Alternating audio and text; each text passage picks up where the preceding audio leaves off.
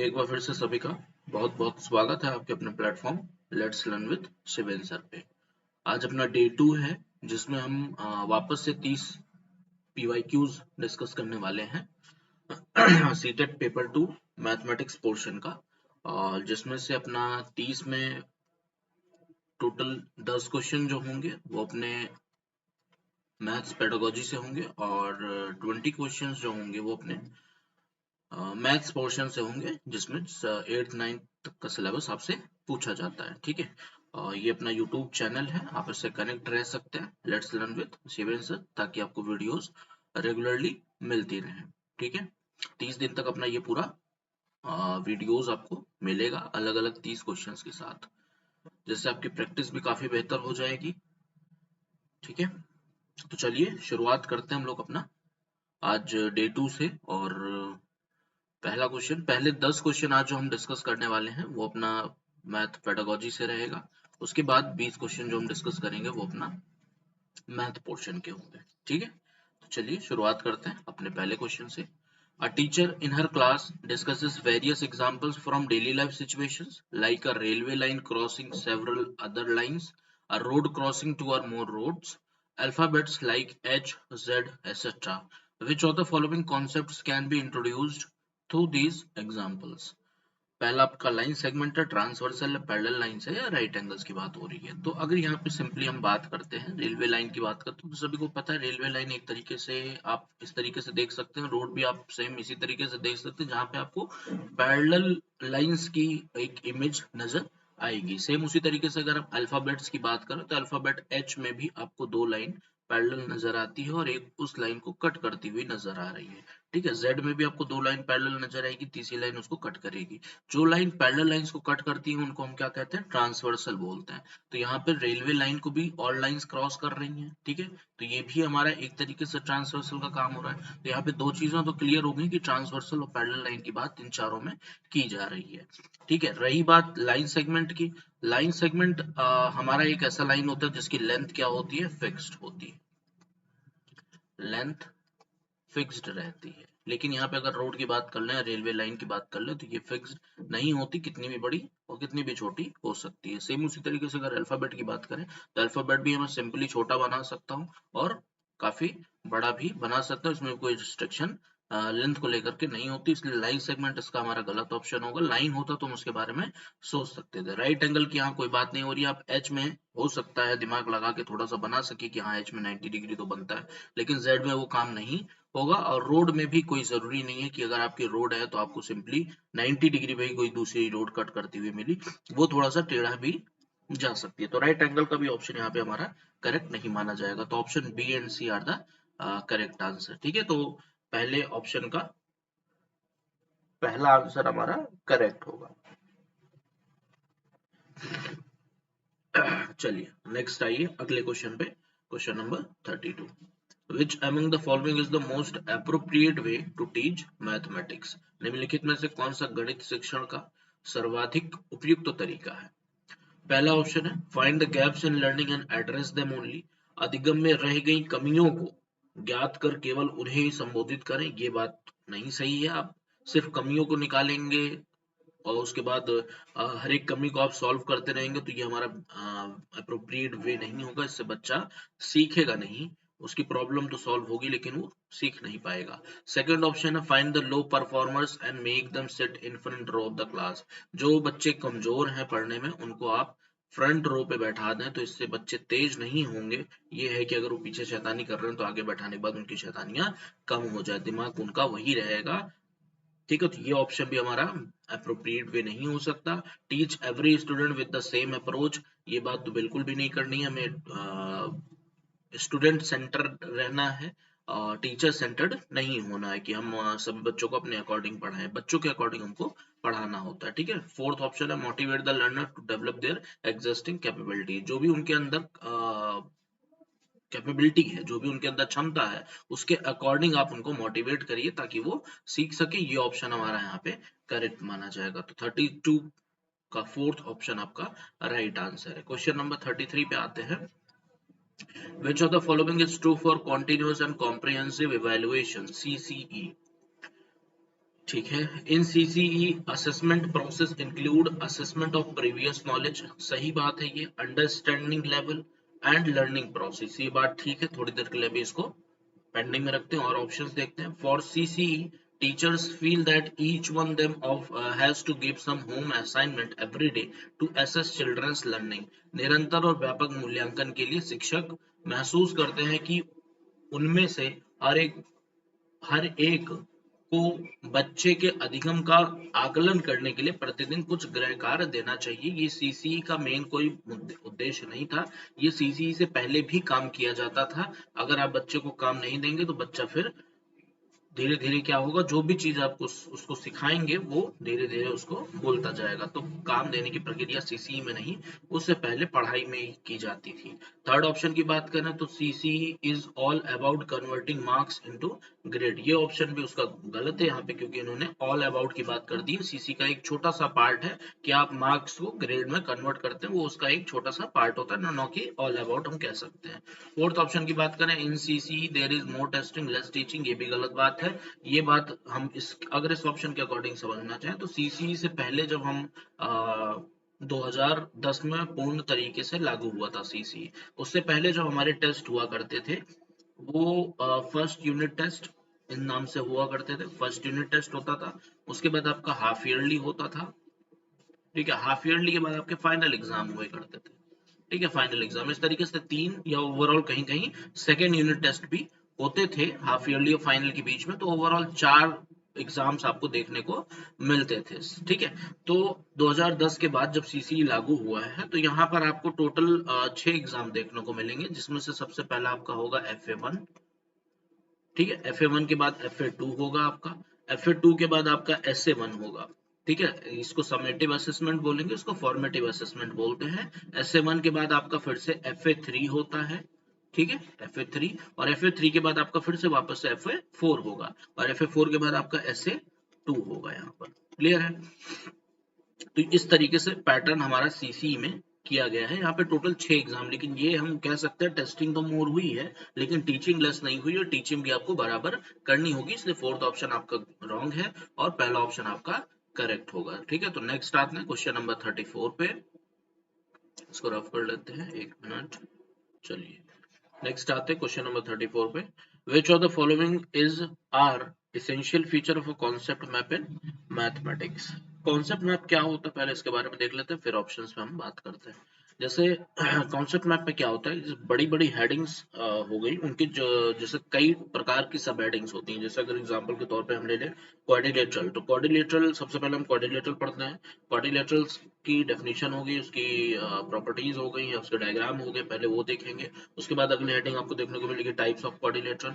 Types of quadrilateral में भी आपको 3 टाइप टोटल मिलते हैं, पहला होता है पैरेललोग्राम, दूसरा होता है काइट, तीसरा होता है ट्रेपेजियम। फिर आप पैरेललोग्राम की प्रॉपर्टी देखेंगे, काइट की प्रॉपर्टी देखेंगे, ट्रेपेजियम की प्रॉपर्टी, और इन सबके डायग्राम देखेंगे। फिर आप पहले वाले पे आएंगे टाइप्स ऑफ पैरेललोग्राम पे।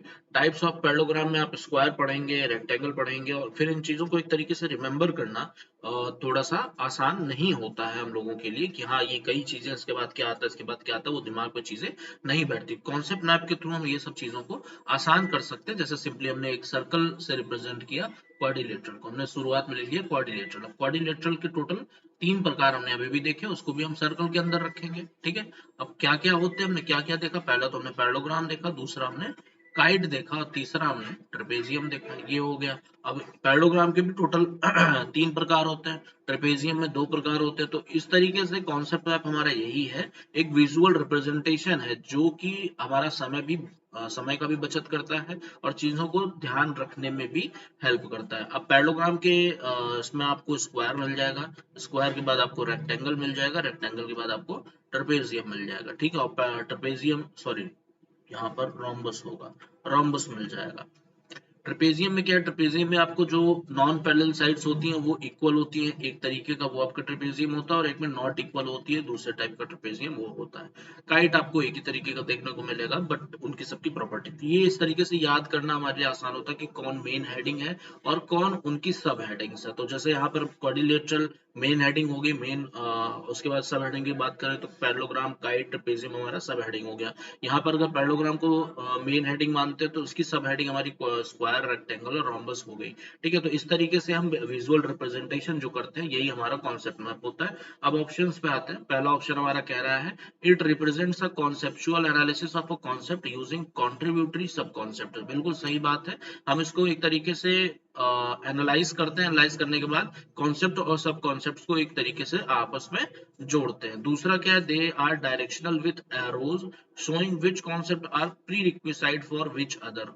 यहाँ पर सीधी सी बात है, विथ एरो, एरो से हम लोग उसको क्या करते हैं, रिप्रेजेंट करते हैं, कनेक्ट करते हैं। ठीक है, तो ये दोनों बात यहाँ पर करेक्ट है। They can not be used for diagnostic purpose to identify difficulties in learning a particular concept. यहाँ पे कैन नॉट की बात की गई है। They can be used for diagnostic purpose to identify difficulties in learning a particular concept. किसी concept को अगर आपको दिक्कत हो रही है लर्न करने पे, आइडेंटिफाई करने में, तो आप उसके लिए इसका यूज कर सकते हैं। ठीक है, तो यहाँ पे लेकिन कैन नॉट बोला तो इसलिए ये ऑप्शन गलत होगा। They can not be used frequently as they are very time consuming. बिल्कुल गलत बात है, यहाँ से बल्कि आपको समय कम लगेगा, चीजों को ध्यान में रख सकते हैं आप। तो ये चीज यहाँ पर कैन नॉट बोला गया है, इसलिए ऑप्शन भी आपका गलत है। A and B are the correct answer for the question number 34। ठीक है, नेक्स्ट आते हैं क्वेश्चन नंबर 35 पे। अगला क्वेश्चन कह रहा है which of the following is not true about nature of mathematics। पहला ऑप्शन है mathematics at school level require special aptitude in learners. बिल्कुल गलत बात है, ऐसा कुछ नहीं है, सभी बच्चे पढ़ते हैं। ठीक है, कोई उसमें स्पेशल नहीं होता उनके अंदर, पढ़ते सभी बच्चे हैं। बस ये है जो उनके साथ रेगुलर बना है, जिनके तरीके सही हैं वो सीखते हैं। बाकी जो रिवाइज नहीं करता, जो आप कंटिन्यू नहीं रहता उस सब्जेक्ट के साथ, मैथमेटिक्स ऐसा सब्जेक्ट है कि आप उसको प्रतिदिन कुछ ना कुछ आप उसका देखें और क्वेश्चन लगाएं, तभी वो चीजें आपके दिमाग में बनी रहेंगी। सेकंड ऑप्शन हो गया, तो पहला ऑप्शन हमारे यहाँ पर गलत है, नॉट ट्रू ही बोला गया है, लेकिन नॉट ट्रू में ये ऑप्शन हमारा सही माना जाएगा। Primary concept are in mathematics are abstract in nature. Primary concept में कोई भी नेचर अब्स्ट्रैक्ट नहीं होता मैथमेटिक्स का, ये ऑप्शन भी गलत है, लेकिन ये दोनों ऑप्शन सही माने जाएंगे क्योंकि नॉट ट्रू की बात की गई है। Mathematics is based on deductive reasoning. अब मैथमेटिक्स को लेकर के ये बात बिल्कुल सही बोली गई है। Mathematics is much more abstract and hierarchic than most of the other subject which children learn at the same age. सही बात है, धीरे धीरे जैसे बच्चे बड़े होते हैं, शुरुआत में तो नहीं, एक जो छोटी क्लास होती है उसमें तो हम ये नहीं कह सकते, क्योंकि उसमें सारी किताबें, मैथमेटिक्स की किताबें देखना पहचानना हमारे लिए उतना आसान नहीं होगा एक तो बच्चों के लिए, कि हाँ ये बहुत हार्ड सब्जेक्ट होता है, ये इजी होता है। लेकिन धीरे धीरे जैसे बच्चे बड़े होते हैं वो और सब्जेक्ट्स के कंपैरिजन मैथमेटिक्स को हार्ड समझते हैं और मानते हैं। ठीक है, तो ये ऑप्शन में मैथ्स को लेकर के हमारा सही है, लेकिन पूछा यहाँ पर नॉट ट्रू गया है, इसलिए जो गलत ऑप्शन है वो हमारे यहाँ पर सही माने जाएंगे। ठीक है, तो ये आप ध्यान रखिएगा, यहाँ पे पहला और सेकंड ऑप्शन हमारा यहाँ पर करेक्ट होगा क्वेश्चन नंबर 35 के लिए। ऑप्शन नहीं दिया हुआ है, चलिए ठीक है। और यहाँ पर अगर ट्रू की बात की गई होती, नॉट नॉट हटा दिया होता, तो हमारे ये थर्ड और फोर्थ ऑप्शन करेक्ट माने जाते। ये आई थिंक मेरे ख्याल से क्वेश्चन थोड़ा सा मिसप्रिंट है, जिस तरीके से इसमें चूज द करेक्ट ऑप्शन दे रखा है 2-3 के ऑप्शंस, वो से यहाँ पे भी देने चाहिए थे लेकिन नहीं दिया है। तो आप फिलहाल इस क्वेश्चन को, जो चीज मैंने बताई है उसको लेकर के आप निश्चिंत रह सकते हैं, बाकी आप जरूरत पड़ने पर नेट की मदद ले सकते हैं। नेक्स्ट आते हैं क्वेश्चन नंबर 36 पे। Which of the following statements are appropriate regarding argumentation in a mathematics classroom. Argumentation की अगर बात करते हैं तो आर्गुमेंटेशन मतलब तर्क वितर्क करना, एक ऐसी प्रक्रिया है जिसमें आपका डाउट तो सॉल्व किया जाता है, लेकिन जैसे डाउट सॉल्व करवाने का भी एक अलग अलग तरीका होता है। जैसे आप क्वेश्चन लगा रहे हैं कोई, या फिर आप कुछ थ्योरी पढ़ रहे हैं, आपको समझ में नहीं आता तो आप टीचर से संपर्क करते हैं, आप उस वो एक तरीके से एक प्रॉब्लम सॉल्विंग का मेथड अलग हो गया। आर्गुमेंटेशन का मतलब होता है जैसे आपको कोई टॉपिक या थ्योरी बताई जा रही है, एग्जांपल के तौर पे अगर हम पाइथागोरस थ्योरम का यूज करते हैं, पाइथागोरस थ्योरम में क्या होता है, आप राइट एंगल ट्रायंगल को लेते हैं, राइट एंगल ट्रायंगल के अकॉर्डिंग आपको ये बताया जाता है कि लॉन्गेस्ट साइड हाइपोटेनस होती है, उसके सामने परपेंडिकुलर और नीचे वाली बेस होती है, और हाइपोटेनस के अकॉर्डिंग होता है हाइपोटेनस का स्क्वायर, मतलब पाइथागोरस के अकॉर्डिंग हाइपोटेनस का square is equals to perpendicular का square is equals to base का स्क्वायर। अब इसमें आप तर्क वितर्क इस तरीके से कर सकते हैं टीचर से कि यहाँ पे सर राइट एंगल ट्रायंगल ही क्यों लिया गया, scalene triangle, isosceles triangle, other triangles के बारे में क्यों बात नहीं की गई, ये इसी के लिए वैलिड क्यों है। तो ये सिचुएशन आपका आर्गुमेंटेशन कहलाएगा, तर्क वितर्क कहलाएगा टीचर के साथ। अब इसको देखते हुए कौन सी बातें सही है उनके बारे में देखते हैं। It can be understood as a line of reasoning that intends to show और explain why mathematics result is true. बिल्कुल सही बात है, इसे तर्क की एक पंक्ति के रूप में समझा जा सकता है जो यह दिखाने और समझाने का इरादा रखता है कि गणितीय परिणाम सत्य क्यों है। आप उसके बारे में भाई डाउटफुल है, इस वजह से आपने उसमें तर्क वितर्क किया, और जो भी आपको उसका कंक्लूजन या आपको उसका निवारण किया जाएगा आपके लिए, वो आपका एक तरीके से ये होगा कि मैथमेटिकल रिजल्ट आखिर यहाँ पर ट्रू क्यों है, इस ट्रायंगल के लिए बात सत्य क्यों है, ये चीज आपके सामने आएगी। पहला ऑप्शन यहाँ पे हमारा करेक्ट होता है। It is always helpful in mathematics in the same manner as in the other empirical discipline. या अन्य अनुभवजन्य विषयों की तरह ही हमेशा गणित में मददगार होता है। गणित में तो मददगार होता है, बहुत से सब्जेक्ट्स में मददगार होता है, लेकिन बहुत से ऐसे सब्जेक्ट्स होते हैं जहाँ पे आप तर्क वितर्क नहीं कर सकते। जैसे कि एग्जांपल के तौर पे अगर हम सोशियोलॉजी सब्जेक्ट की बात करते हैं, सोशियोलॉजी, ठीक है, सोशियोलॉजी में आप इस तरीके से तर्क वितर्क नहीं कर सकते, वहां पे चीजों को आपको समझना ही होगा जिस भी तरीके से वो बताते हैं। तीसरा ऑप्शन की बात करते हो तो सेकंड ऑप्शन यहाँ पे हमारा डिस्कार्ड होगा। तीसरा option is it can also be a part of heuristic approach in mathematical education. बिल्कुल सही बात है, ह्यूरिस्टिक अप्रोच का मतलब होता है कोई भी चीज आप सिस्टमैटिक स्टेप बाय स्टेप किसी भी चीज को सॉल्व करें या बताएं। तो यहाँ पे बिल्कुल सही बात है, आप उसको फिर स्टेप बाय स्टेप एक एक चीज को डीपली समझाएंगे, तो ह्यूरिस्टिक अप्रोच की बात यहाँ पे हम कही जा सकती है मैथमेटिक्स में। Fourth option is it is less useful for elementary grade student as it assessment will be difficult. प्रारंभिक कक्षा के विद्यार्थियों के लिए यह कम उपयोगी है, कम उपयोगी है क्योंकि इसका मूल्यांकन कठिन होगा। ऐसा बिल्कुल नहीं है, वहां पर समझाना फिलहाल कठिन माना जा सकता है कि बच्चे हैं, बच्चे कुछ भी पूछ सकते हैं और हर एक चीज का तर्क वितर्क करना हमेशा संभव नहीं होता, लेकिन ये है कि आप उनके लेवल में जा करके उनकी चीजों को समझा सकते हैं। लेकिन यहाँ लेस यूजफुल की बात की गई है, तो ये ऑप्शन में हम यहाँ पे डिस्कार्ड कर सकते हैं। ऑप्शन नंबर ए एंड सी इसका करेक्ट आंसर माना जाएगा। नेक्स्ट आते हैं क्वेश्चन नंबर 37 पे। क्वेश्चन नंबर 37 देखते हैं, which of the following statement is not correct with regard to a mathematics text book. ठीक है, तो कौन सी बात यहाँ पे सत्य नहीं है मैथमेटिक्स टेक्स्ट बुक को लेकर के, इसके बारे में हमें बात करनी है। नॉट की बात की है, ये चीज ध्यान रखिएगा। Examples in a mathematics text book should be related to daily life of the student. बिल्कुल सही बात है ये बात, लेकिन यहाँ पे नॉट ट्रू की बात की गई है, इसलिए ऑप्शन यहाँ पे डिस्कार्ड करेंगे। तो जो बात यहाँ पे रियलिटी में सही होगी वो गलत होगी, क्योंकि पूछा गलत है, तो जो गलत होगा वो हमारा सही आंसर होगा, इस बात का ध्यान रखना है। अब mathematics text book should have solved example only, ये बात यहाँ पे सही मानी जाएगी क्योंकि गलत पूछा गया, नॉट करेक्ट, तो ये बात यहाँ पर इनकरेक्ट मानी जाती है। सिर्फ एग्जांपल्स नहीं होने चाहिए, वहां पे एक्सरसाइजेस भी होनी चाहिए, लेकिन ये ऑप्शन सही है क्योंकि नॉट करेक्ट की बात पूछी गई है। अदर ऑप्शन कैसे डिस्कार्ड होंगे, the text book of mathematics should not be very thick and heavy, ये बात भी ठीक है, लेकिन यहाँ गलत काटी जाएगी क्योंकि गलत पूछा है। अब mathematics text book should have varied exercise to give practice to student, ये बात भी मैथमेटिक्स की बुक को लेकर के सही है, लेकिन यहाँ गलत होगा क्योंकि नॉट की बात की गई। तो option number second, question number 37 का हमारा करेक्ट आंसर होगा। 38 की अगर हम बात करते हैं तो क्वेश्चन है हमारा, अ कंजक्चर इन मैथमेटिक्स इज। देखिए यहाँ पे तीन चीजें आपको देखने को मिलेंगी, तीन नहीं और भी चीजें होती है, लेकिन मेन जो है वो तीन है। थ्योरम हो गया, एक्सियोम हो गया, थ्योरम हो गया और कंजेक्चर हो गया। ठीक है, एक्सियोम आपकी एक ऐसी स्टेटमेंट होती है जिसके प्रूफ नहीं होते हैं। थ्योरम आपकी एक ऐसी स्टेटमेंट है जिसका प्रूफ आपको देखने को मिलेगा।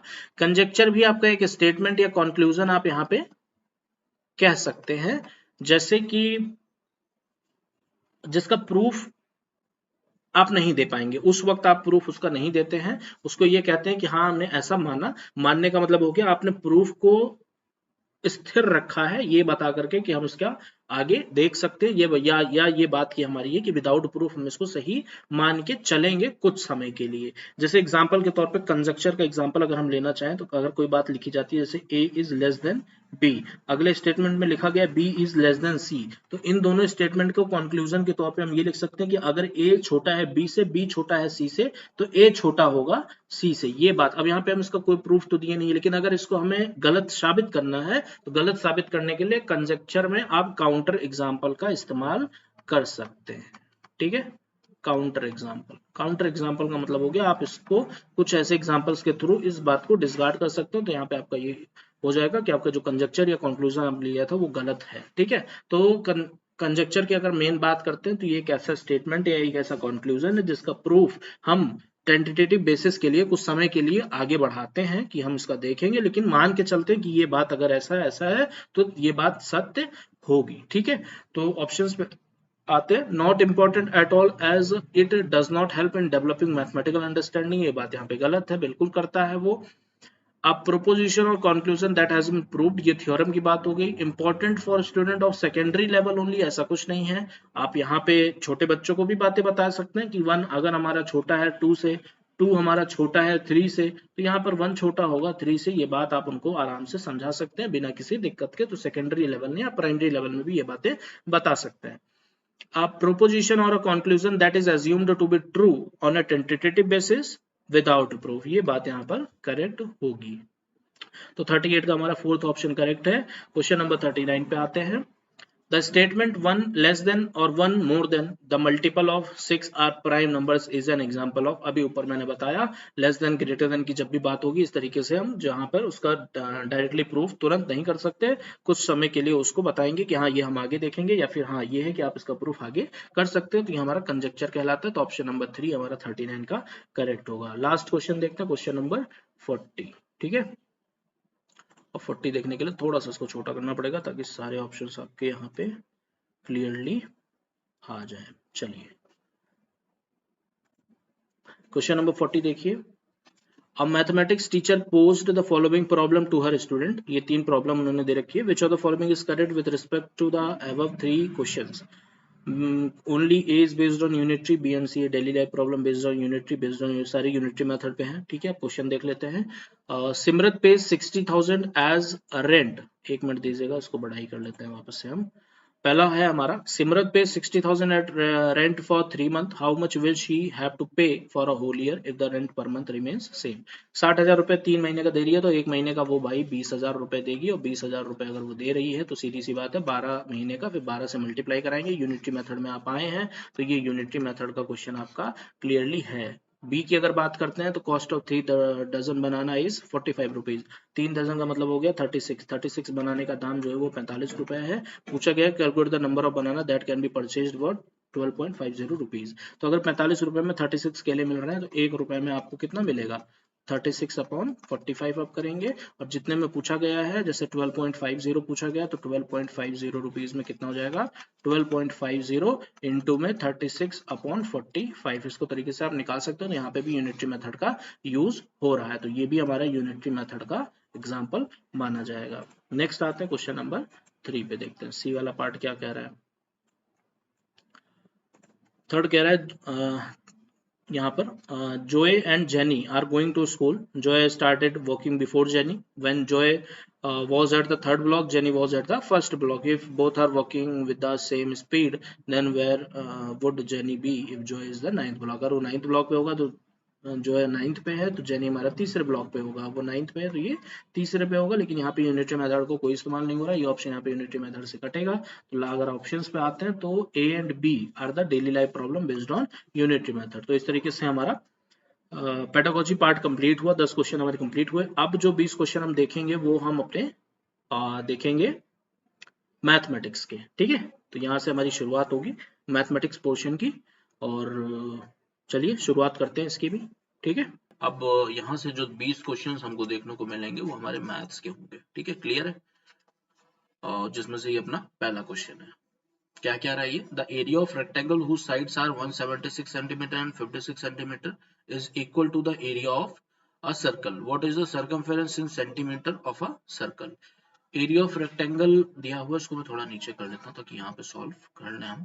Area of rectangle area of circle के इक्वल दिया है, तो एरिया ऑफ रेक्टेंगल की अगर हम बात करें तो ये होता है हमारा लेंथ इनटू ब्रेथ, और रेक्टेंगल सॉरी सर्कल की एरिया जो होती है वो होती है हमारी पाई आर स्क्वायर। क्लियर है। लेंथ यहाँ पे हम हमें दे रखी है 176 और ब्रेथ हमें दे रखा है 56। पाई की वैल्यू हमारे पास 22/7 है और आर की वैल्यू हमारे पास नहीं दी है, तो हम आर की वैल्यू निकालेंगे तभी हम यहाँ पे सर्कमफेरेंस उस सर्कल का निकाल सकते हैं। ठीक है, यूनिट सारी ठीक है, सेंटीमीटर में दिया, सेंटीमीटर में पूछा तो यहाँ पे कोई दिक्कत नहीं होगी। 11 से अगर इसको कट करेंगे तो 11 2 22 हो जाएगा, और ये हो जाएगा 11 11 11 6 66। ठीक है, और 2 से फिर से अगर कैंसिल आउट करना चाहे तो यहाँ बचेगा 8। अब यहाँ पे अगर हम देखें तो लेफ्ट साइड में हमारे पास बच रहा है 8 इंटू में 56 को हम लोग लिख सकते हैं 8 इंटू 7 और यहाँ डिनोमिनेटर में 7 रखा हुआ है, इस 7 को भी आप यहाँ पे ला सकते हो, इज इक्वल्स टू कितना हो जाएगा आर स्क्वायर। राइट साइड में आपके पास आर स्क्वायर बचा था, डिवाइड में 7 था तो 7 को हमने उधर भेज दिया मल्टीप्लाई में। अब यहाँ पर आर स्क्वायर की वैल्यू है, यहाँ पे 8 2 टाइम्स रिपीट कर रहा है, 7 2 टाइम्स रिपीट कर रहा है, तो यहाँ से हम आर की वैल्यू क्या लिख सकते हैं 8 इंटू 7 और 8 इंटू 7 हमारा होता है 56 सेंटीमीटर। क्लियर है, तो आर की वैल्यू आपकी आ गई 56 सेंटीमीटर। अगर सरकमफेरेंस की बात करें तो सरकमफेरेंस आपका होता है 2 पाई आर और 2 पाई आर से 2 इंटू 22/7 इंटू में आर की वैल्यू आप 56 पुट करेंगे तो 7 8 जा 56 और यहाँ से आपको मिलेगा 22 इंटू 2 ये कितना हो गया आपका 44 और इंटू में 8। इसको सॉल्व करेंगे तो 8 4 जा 32 कैरी 3 8 4 जा 32 और 3 35 इतना सेंटीमीटर आपका सरकमफेरेंस आएगा 352 ऑप्शन नंबर सेकंड। क्लियर है, तो ये हो गया हमारा क्वेश्चन नंबर 41। क्वेश्चन नंबर 42 पे आते हैं। The cost of painting the surface of a solid cuboid of dimension 40 centimetre 36 centimetre and x centimetre at ₹20 per 100 centimetre square, मतलब 100 सेंटीमीटर स्क्वायर को पेंट करने का वो 20 रुपए लेता है और टोटल कॉस्ट उसने ली है 1032 रुपए। What is the value of x? अब इस क्वेश्चन को करने के लिए देखिए नीचे आ जाते हैं यहाँ पे, ठीक है, क्यूबॉइड की बात किया है यहाँ पे, ठीक है, और क्यूबॉइड के पूरे पार्ट को पेंट करना मतलब टोटल सरफेस एरिया की बात यहाँ पर हो रही है। फॉर्मूला होता है टोटल सरफेस एरिया का 2 times LB plus BH plus HL, ठीक है, और यहाँ पर लेंथ आपको दिया हुआ है 40 सेंटीमीटर, ब्रेथ आपको दिया है 36 सेंटीमीटर और हाइट आपको दे रखी है x सेंटीमीटर। क्लियर है, यही है ना, एक बार चेक कर लेते हैं 40 36 और x, ठीक है, और क्या बोला है इन्होंने कि ये 20 रुपए ले रहा है 100 सेंटीमीटर स्क्वायर का, टोटल कॉस्ट ये की है 1032 रुपए। टोटल कॉस्ट जो है वो है 1032 रुपए। क्लियर है, और पैसा लेने का जो इनका वो तरीका है वो ये है कि ये 100 सेंटीमीटर स्क्वायर पे 20 रुपए चार्ज करते हैं, 20 रुपीज, और उनको पेंट कितना करना है टोटल इतना सेंटीमीटर स्क्वायर पेंट करना है। क्लियर है, टोटल इतना सेंटीमीटर स्क्वायर। अब यहाँ पर अगर हम बात करें 1 सेंटीमीटर स्क्वायर की तो 1 सेंटीमीटर स्क्वायर में 20/100 रुपीज लिया जा रहा है। क्लियर है, ये बोल सकते हैं हम लोग यहाँ से, अगर 1 सेंटीमीटर स्क्वायर में इतना रुपए ले रहा है तो इतने सेंटीमीटर स्क्वायर में जो भी ये क्वांटिटी है उसका मल्टीप्लीकेशन हम इधर कर दें 20/100 से तो उतना रुपए वो टोटल लेगा, ठीक है, इतने सेंटीमीटर स्क्वायर का। अब यहाँ पे वैल्यू भी पुट करते चलते हैं, 2 टाइम्स L की वैल्यू आपके 40 है, 40 इंटू 36 प्लस में BH की अगर बात करें तो BH 36x हो जाएगा और HL आपका हो जाएगा 40x। क्लियर है, और ये हो गया। अब इसमें 1 सेंटीमीटर स्क्वायर का 20/100 रुपीज है तो टोटल इतने सेंटीमीटर स्क्वायर का इतना इंटू 20/100 रुपीज हो जाएगा, ये रुपीज हो गया, और रुपीज टोटल जो लिया जा रहा है वो कितना लिया जा रहा है 1032 रुपए लिया जा रहा है। तो इसलिए ये जो स्टेटमेंट इक्वेशन जो हमने बनाई है इसी को सॉल्व करके हम x की वैल्यू आसानी से निकाल सकते हैं। यहाँ पे एक 0 से 0 कैंसिल और 2 2 जा 4, 4 से अगर इसको कैंसिल आउट करें तो ये हो जाएगा 4 2 जा 8, 2 बचेगा, और 4 2 जा 8, 4 5 जा 20 और 3 बचेगा, 4 8 जा 32, 258 यहाँ पे आ रहा है, 2 2 जा 4 को लेकर के। अब ये 10 उधर मल्टीप्लाई करा देंगे तो 2580 हो जाएगा। इसका मल्टीप्लाई अगर यहाँ पे कराते हैं ब्रैकेट के अंदर में तो 36 इंटू 4 करते हैं, 0 बाद में लगा देंगे, 6 4 जा 24 का 4 कैरी 2 4 3 जा 12 और 2 14 हो जाएगा, 1440 आ गया। इन दोनों को अगर ऐड करते हैं तो 4 3 7 टोटल आपका हो जाएगा 76। x इज इक्वल्स टू में 10 का मल्टीप्लाई अगर हम उधर कर देंगे तो ये हो जाएगा हमारा 2580। तो यहाँ से हमारा 76x इज इक्वल्स टू आ जाएगा 2580 माइनस 1440। यहाँ से क्या मिलेगा सब्ट्रैक्ट करने पर 0, 8 में 4 4 और 5 में 4 1 और 2 में 1 1। x इज इक्वल्स टू यहाँ से आ गया 1140 और अपॉन में 76।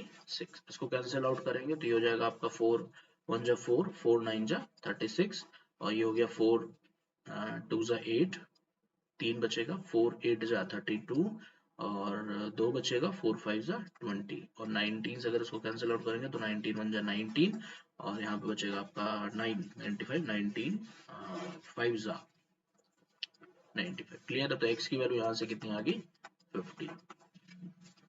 ये बात समझ में आई है? हो गई होगी। टोटल कॉस्ट इन्होंने 1032 लिया था, तो हमने यहाँ पे क्या किया है और कॉस्ट लेने का जो तरीका था वो ये था 100 सेंटीमीटर स्क्वायर पे 20 रुपए ले रहे हैं, तो 1 सेंटीमीटर स्क्वायर पे 20/100, 2 सेंटीमीटर स्क्वायर पे 2 इंटू 20/100, 3 पे 3 इंटू, तो इतना टोटल सेंटीमीटर स्क्वायर हमको निकालना था, इतने का कॉस्ट वो ले रहा था, तो इतना इंटू हमने किया 20/100 ले लिया और टोटल कॉस्ट 1032 था, उसी को इक्वेट कर दिया, सॉल्व कर दिया, एक्स की वैल्यू मेरे सामने आ गई। क्लियर है? चलिए नेक्स्ट पे आते हैं, question number 43। PQRS is a quadrilateral in which PQ is equals to PS and RQ is equals to RS. Which of the following statement is true about this quadrilateral? Diagonals are equal, its diagonals are perpendicular to each other, its diagonals bisect the angle at each vertex, its diagonals bisect each other. Overall diagonal के बारे में बात करनी है। PQRS हमारे पास quadrilateral है जहां पर PQ PS और RQ RS के बराबर है। ठीक है, यहीं पे बना लेते हैं सिंपली, एक क्वाड्रिलेटरल बनाते हैं। सिंपल क्वाड्रिलेटरल में हमें कोई शेप की जरूरत नहीं होती है। PQRS, ठीक है, यहाँ पर PQ PS के बराबर दिया है, PQ PS के बराबर है और RQ जो है वो RS के बराबर है। तो यहाँ पे आप देख सकते हैं एडजेसेंट साइड्स जो हैं, पड़ोस की साइड मतलब जिसको कहते हैं अगल बगल, वो आपकी इक्वल है और ये हमें देखने को मिलता है काइट में। ठीक है, काइट में हमें देखने को ये बात मिलती है। तो अगर हम काइट ड्रॉ करें, यहाँ पे हो जाएगा, नीचे आ जाइए, यहाँ पे ट्राई कर लेते हैं, जगह है थोड़ा। काइट की अगर हम बात करते हैं तो सिंपली अगर मैंने काइट ड्रॉ की, ये तो क्लियर हो गया, जो क्वाड्रिलेटरल हमारा बन रहा है वो क्या है, काइट है। ठीक है,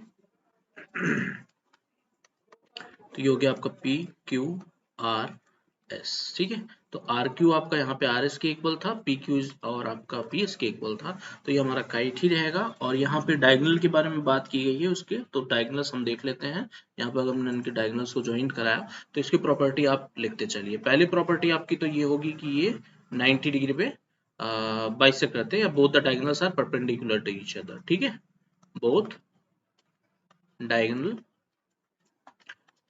perpendicular to each other. Clear है पहला। दूसरा ये हो गया यहाँ पर PR जो है, PR डायगोनल, वो आपका नॉट इक्वल टू होता है QS के। दूसरी चीज, तीसरी चीज, अगर इसको हम O मानते हैं इस पॉइंट को, ठीक है, तो यहाँ पर जो स्मॉलेस्ट, ये हमारा QS जो है वो स्मॉलेस्ट डायगोनल है, PR जो है लॉन्गेस्ट डायगोनल है, तो QS जो है वो बाइसेक्ट करता है स्मॉलेस्ट डायगोनल, मतलब सिंगल डायगोनल बाइसेक्ट करता है, मतलब QO is equals to OS हम लोग इसके लिए लिख सकते हैं। PO is equals to OR हम नहीं लिख सकते, ये बात ध्यान रखिएगा, PO is not equal to OR। ठीक है, पांचवी बात पर अगर बात करें तो दोनों डायगोनल आपस में बाइसेक्ट नहीं करते हैं, ये चीज यहाँ से क्लियर होगी क्योंकि छोटे बड़े हैं। और हाँ, ये जो डायगोनल अपना वर्टेक्स से गुजरता है, P वर्टेक्स से गुजर रहा है, नीचे R वर्टेक्स से गुजर रहा है, तो जो लॉन्गेस्ट डायगोनल होता है ये एंगल को बाइसेक्ट करता है अपने हर एक वर्टेक्स पे। ठीक है, एंगल को क्या करता है, बाइसेक्ट करता है। लेकिन ये जो QS है ये डायगोनल बाइसेक्ट नहीं करता एंगल को जिस वर्टेक्स से वो जा रहा होता है। तो यहाँ पे लॉन्गेस्ट डायगोनल जो है वो अपने ईच वर्टेक्स से एंगल को बाइसेक्ट करता है। कहने का मतलब यहाँ पे हम लोग लिख सकते हैं एंगल SRO या फिर ORS, angle ORS is equals to angle ORQ, और साथ ही साथ में ऊपर वाले के लिए लिख सकते हैं angle OPQ is equals to angle OPS। ठीक है, तो इतनी बातों को ध्यान में रखते हुए प्रॉपर्टीज पे आते हैं। इट्स डायगोनल्स आर इक्वल, ये बात गलत है। Its diagonals are perpendicular to each other, ये बात ठीक है। Each diagonal bisect the angle at each vertex, इसी बारे में लास्ट में मैंने बात की है। यहाँ पे ईच डायगोनल की बात की, लेकिन वहां पे सिर्फ क्या होता है, लॉन्गेस्ट डायगोनल बाइसेक्ट करता है, इसलिए ये बात भी गलत होगी। Its diagonal bisect each other, ये बात भी गलत होगी, सिर्फ स्मॉलेस्ट डायगोनल बाइसेक्ट होता है, लार्जेस्ट नहीं होता। और यहाँ पे दोनों डायगोनल की बात की गई है, तो 43 का आपका सेकंड ऑप्शन करेक्ट होगा। क्वेश्चन नंबर 44 पे आइए। ABCD is a rhombus in which angle ADB is equals to 25 degree. Then the value of 2 times angle BAD minus angle ABC. rhombus बनाना पड़ेगा, यहीं पे बना लेते हैं, ये जगह है, यहाँ पे ड्रॉ करते हैं rhombus, फिर हम लोग उसमें उसके अकॉर्डिंग देखते चलेंगे, ठीक है। rhombus क्या बोला इन्होंने, ABCD बोल रखा है और ADB 25 है, ABCD ABCD और ADB, DB का मतलब हो गया फिर आपको उसको ज्वाइन करना पड़ेगा डायगोनल को। ये एंगल आपको दिया हुआ है 25 डिग्री, ठीक है, क्लियर है, इतनी बातें दे रखी है इन्होंने। और पूछा है हमसे 2 times angle BAD minus angle ABC, ये बात हमसे पूछी गई है, इसकी वैल्यू हमको फाइंड आउट करनी है। और रोम्बस दिया ये तो पता ही है। अब आ जाते हैं कुछ इसकी प्रॉपर्टीज देख लेते हैं, उसके बाद हम इस एंगल्स को निकालेंगे। BAD का मतलब हो गया आपका ये वाला एंगल आप पूछा जा रहा है, और ABC का मतलब हो गया आपसे ये पूरा एंगल पूछा जा रहा है B, ठीक है। अब देख लीजिए यहाँ पे अगर ये 25 है आपका, तो ये पार्ट भी 25 होगा, ठीक है, क्योंकि रोम्बस में क्या होता है, दोनों डायगोनल्स, ये वाला डायगोनल भी ये वाला डायगोनल भी अपने वर्टेक्स के एंगल्स को क्या करता है, बाइसेक्ट करता है। तो ये 25 तो ये भी 25 और अपोजिट एंगल्स इसमें इक्वल होते हैं। अगर ये ओवरऑल 50 है, 25 25 50 हो गया, तो ये पूरा का पूरा कितना हो जाएगा, यहाँ पर 50 डिग्री हो जाएगा, क्लियर है। और अगर ये 50 हो गया तो एंगल भी बाइसेक्ट होंगे, इतने की बात करेंगे तो इतना हमारा कितना हो जाएगा, 25 डिग्री हो जाएगा, और इधर का भी इतना कितना हो जाएगा, 25 हो जाएगा। अब हम बात करें इन ट्रायंगल DBA, इसमें अगर एंगल सम प्रॉपर्टी लगाएंगे 25 प्लस एंगल A, 25 प्लस 25 और प्लस में एंगल A, ये आपका कितना हो जाएगा, 180 डिग्री हो जाएगा। तो यहाँ से आपका एंगल A कितना आ गया, 25 25 50 इसमें से माइनस करेंगे तो 130 आ जाएगा, क्लियर है। तो एंगल A आपका कितना आ गया, यहाँ पे 130 आ गया। अब यहाँ पे अगर BAD की बात करें तो BAD A हमारा 130 है, 130 का 2 से मल्टीप्लाई करेंगे तो 260 आ जाएगा। माइनस में ABC की बात करें तो ABC जो है आपका वो 50 डिग्री है, क्लियर है। यहाँ से अगर इसको सब्ट्रैक्ट करेंगे तो 210 डिग्री हमारा इसका राइट आंसर होगा, क्लियर है, 210 डिग्री, क्लियर है, बात समझ में आई होगी। अब बात करते हैं, बात करने से पहले इसको रफ कर लेते हैं, वरना नेक्स्ट क्वेश्चन कहाँ डिस्कस करेंगे हम लोग।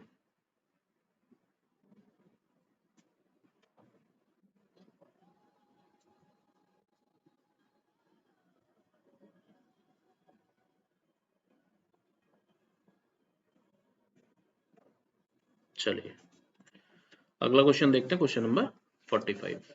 What is the mean of mode, median and range. इन तीनों का मीन निकालना है। मीन निकालने से पहले इन तीनों को निकालते हैं।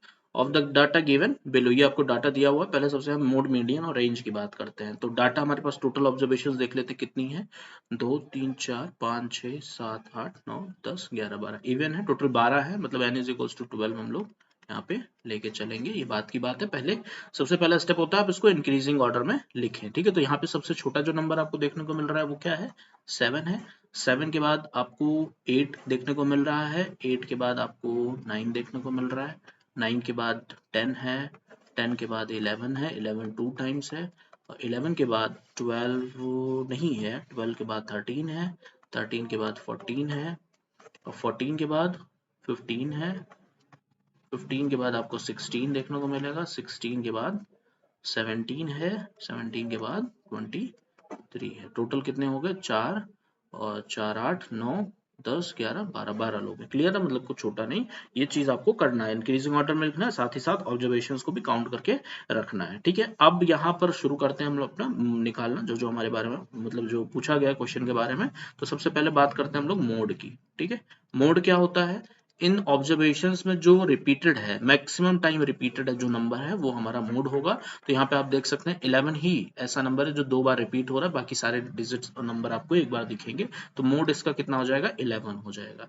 रेंज की अगर हम बात करें तो रेंज आपको जो इंक्रीजिंग ऑर्डर में आपने लिखा है, इंक्रीजिंग ऑर्डर में जो सबसे मैक्सिमम है उसमें से सबसे मिनिमम को क्या करना है, सब्ट्रैक्ट करना है। तो यहाँ से आपको कितना मिल जाएगा, 16 मिल जाएगा। क्लियर है, रेंज आपको 16 आ गया, मोड आपका 11 है। और अब मीडियन पे आते हैं।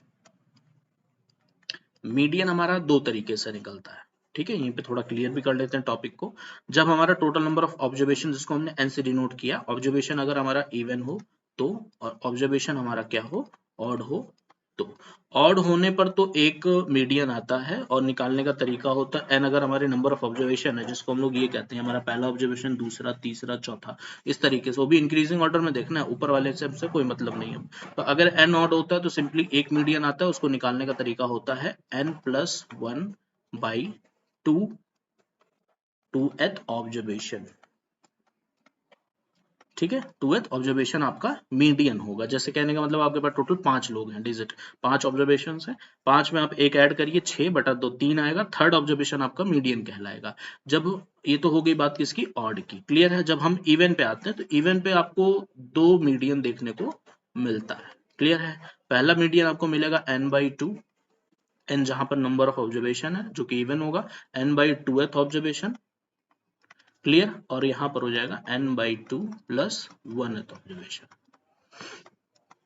ये आपका इवन के केस में बनता है। तो यहाँ पर इवन की ही बात हो रही है, तो इवन में आपका n इज इक्वल्स टू 12 है, मतलब सबसे पहला ऑब्जर्वेशन। और इसमें भी जो वैल्यूज आएंगी, मान लीजिए इसकी वैल्यू आपको b मिली, इसकी वैल्यू आपको c मिली, तो मीडियन यहाँ पर 2 हो रहे हैं, लेकिन इनका भी हमें क्या करना है, एक तरीके से मीडियन निकालना। तो इसका निकालने का तरीका क्या होता है, जब 2 आते हैं तो उन दोनों नंबर्स को ऐड करिए, डिवाइडेड बाई 2 करिए, जो एक नई वैल्यू आपको मिलेगी, डी फॉर्म में कह सकते हैं, वो आपका मीडियन कहलाएगा इवन के लिए।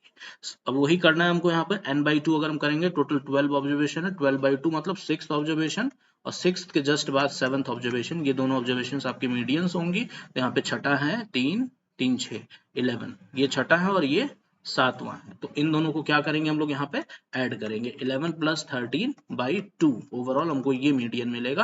और ये हो गया 24/2, और 24/2 का मतलब हो गया 12। क्लियर है। तो आपका 12 जो है यहाँ पर मीडियन आपको मिला। मीडियन कितना आ गया आपका, 12 आ गया। क्लियर। अब यहाँ पर हमको निकालना है इन तीनों का मीन। मीन निकालने के लिए क्या करेंगे, जिन भी चीजों का हमें मीन निकाल, यहाँ पे ये रफ कर रहा हूं मैं, ठीक है। वीडियो को पॉज करके आप नोट डाउन करिएगा अगर चीजें आपकी क्लियर नहीं है तो, ठीक है।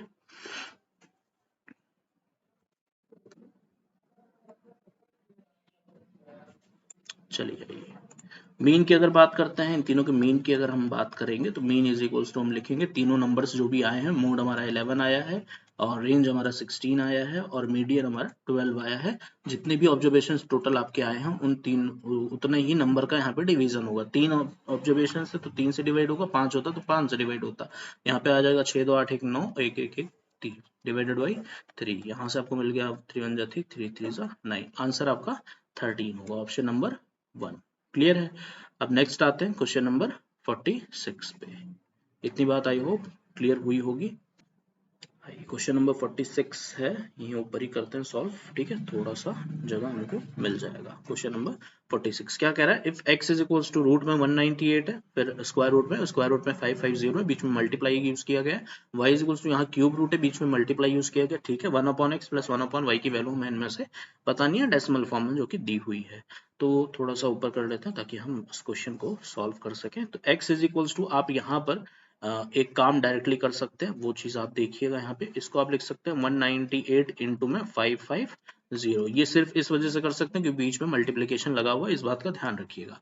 y इज इक्वल्स टू, वहां स्क्वायर रूट था, यहाँ पे क्यूब रूट है, तो बात क्यूब रूट में ही रहेगी, लेकिन यहाँ पर भी आप मल्टीप्लाई में लिख सकते हैं एक साथ, 99 इंटू 363। अब आप क्या करेंगे, इनका प्राइम फैक्टराइजेशन करेंगे, ठीक है। प्राइम फैक्टराइजेशन करने के बाद आप पेयर बना करके फिर x की वैल्यू डायरेक्टली निकालेंगे, अदरवाइज मल्टीप्लाई करें फिर प्राइम फैक्टराइजेशन, वो थोड़ा सा लंबा हो जाएगा। हर एक डिजिट का आप जल्दी जल्दी से प्राइम फैक्टराइजेशन करके उनके रूट्स में रख करके, स्क्वायर रूट और क्यूब रूट उनके अंडर में रख के 2 का 3 का पेयर बना के हम ऑप्शंस को देखेंगे, ठीक है। तो यहाँ पे बात करते हैं सबसे पहले हम 198 8 की, ठीक है। 198 को अगर डिवाइड करेंगे तो ये हो जाएगा 2 9 18, 2 9 18, और ये हो गया हमारा 3 3 9, 3 9, फिर वापस से हो गया हमारा 3 1 जा, और ये हो गया 11। क्लियर है। तो यहाँ पे x इज इक्वल्स टू आपको क्या देखने को मिला, स्क्वायर रूट में 198 को इन्होंने लिखा है 2 इंटू 3 इंटू 3 और इंटू में 11। 550 की बात करें तो उसको हम डायरेक्टली लिख सकते हैं 550 को 11 इंटू 5 0, 55 0 हो गया। 50 को लिख सकते हैं 25 5 इंटू 10, और 10 को लिख सकते हैं 5 इंटू 2, मतलब ये हो गया, ये हो गया, 11 हो गया। मतलब आप इसका प्राइम फैक्टराइजेशन आप करिएगा जरूर, ठीक है। इसको हम लोग लिखेंगे 2 इंटू 5 इंटू 5 इंटू में 2 इंटू 5 इंटू 5 और इंटू में 11। देखिए ध्यान से, 5 2 जा 10, 10 5 जा 50, और 50 इंटू 11 550 आपको देखने को मिलेगा। y की अगर बात करें तो y इज इक्वल्स टू आप यहाँ पे सेम उसी तरीके से लिखेंगे प्राइम फैक्टराइज करके, ठीक है, जैसे ऊपर लिखा गया है। इसको रफ कर दे रहे हैं, एक मिनट। आइए 99 की बात करेंगे तो 99 को हम लोग लिख सकते हैं 11 इंटू 9, 9 को 3 इंटू 3 लिख सकते हैं, तो ये हो गया हमारा 3 इंटू 3 11 9, और इंटू में 11, 11 9 जा 99। 363 की बात करें तो 363, एक मिनट दीजिएगा, क्या यहाँ पे दिख रहा है स्क्रीन पे सब कुछ, ठीक है। 363 की अगर बात करते हैं तो 363 में अगर हम इसका प्राइम फैक्टराइजेशन करते हैं तो ये हो जाएगा 3 1 जा 3, 3 2 जा 6, 3 1 जा 3, ये 11 टाइम्स जाएगा, 11 11 जा, और ये हो गया 11 1 जा, मतलब आप इसको लिख सकते हैं 3 इंटू में 11 इंटू में 11। यहाँ पे आप दो दो का पेयर बनाएंगे तो आपको दो का एक पेयर मिल रहा है, मतलब स्क्वायर रूट के बाहर आएगा। ये 2 स्क्वायर हो गया ना, 2 का स्क्वायर, और मल्टीप्लाई में है सब कुछ, तो रूट के जब बाहर आएगा तो सिर्फ कितना आएगा, 2 आएगा। तो जो जो का पेयर बन रहा है उनको आप एक बार लिखते चले। ये हो गया 3, इसको रफ कर देते हैं वापस से हम लोग एक बार।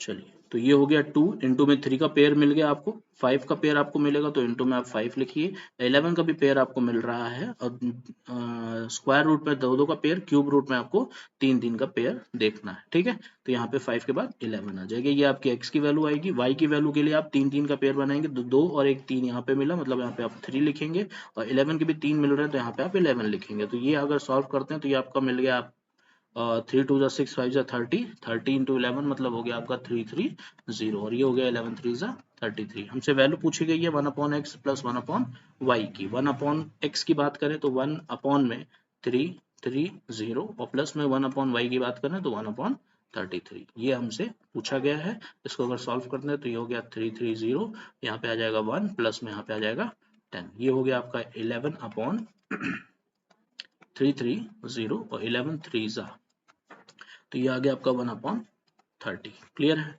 एक मिनट दीजिएगा, ठीक है। ये आ गया आपका 1 अपॉन 30। 1 अपॉन 30 को अगर हम डिवाइड करते हैं तो ये पहले तो आपका पॉइंट लगेगा, पॉइंट के बाद एक जीरो आएगा तो ये 100 हुआ, फिर 3 जा 90, फिर 10 आया, फिर 0 लगा 100 आएगा, फिर 3 आएगा, फिर 3 आएगा, मतलब यहाँ पे आप इसको बार लगा सकते हो, यहाँ पे आप 0 लिख लीजिए। 0.03 का बार आपका करेक्ट आंसर है, 0.03 का बार। क्लियर है, क्वेश्चन नंबर 46 आपका हुआ। नेक्स्ट आते हैं क्वेश्चन नंबर 47 पे। क्लियर है। If p is equals to 12.34 into 10 की power 10, 5.67 इनको सब्ट्रैक्ट कराया गया into 10 to the power 9, then p is expressed in the standard form as। देखिए एक मिनट, यहाँ पे 10 की पावर 10 है, आप इसको भी 10 की पावर 10 बनाइए। बनाने के लिए क्या करेंगे, यहाँ पे देख लेते हैं, 5.67 इंटू 10 टू द पावर 9 है, इसको 10 की पावर 10 बनाने के लिए मल्टीप्लाई करेंगे 10 से, और यहाँ डिवाइड करेंगे 10 से, ताकि बैलेंस रहे। इनका यूज करेंगे तो ये हो जाएगा हमारा 10 की पावर 10, और यहाँ पर इसको अगर डिवाइड कराएंगे तो ये पॉइंट और एक पीछे आ जाएगा, मतलब 0.567 बन जाएगा।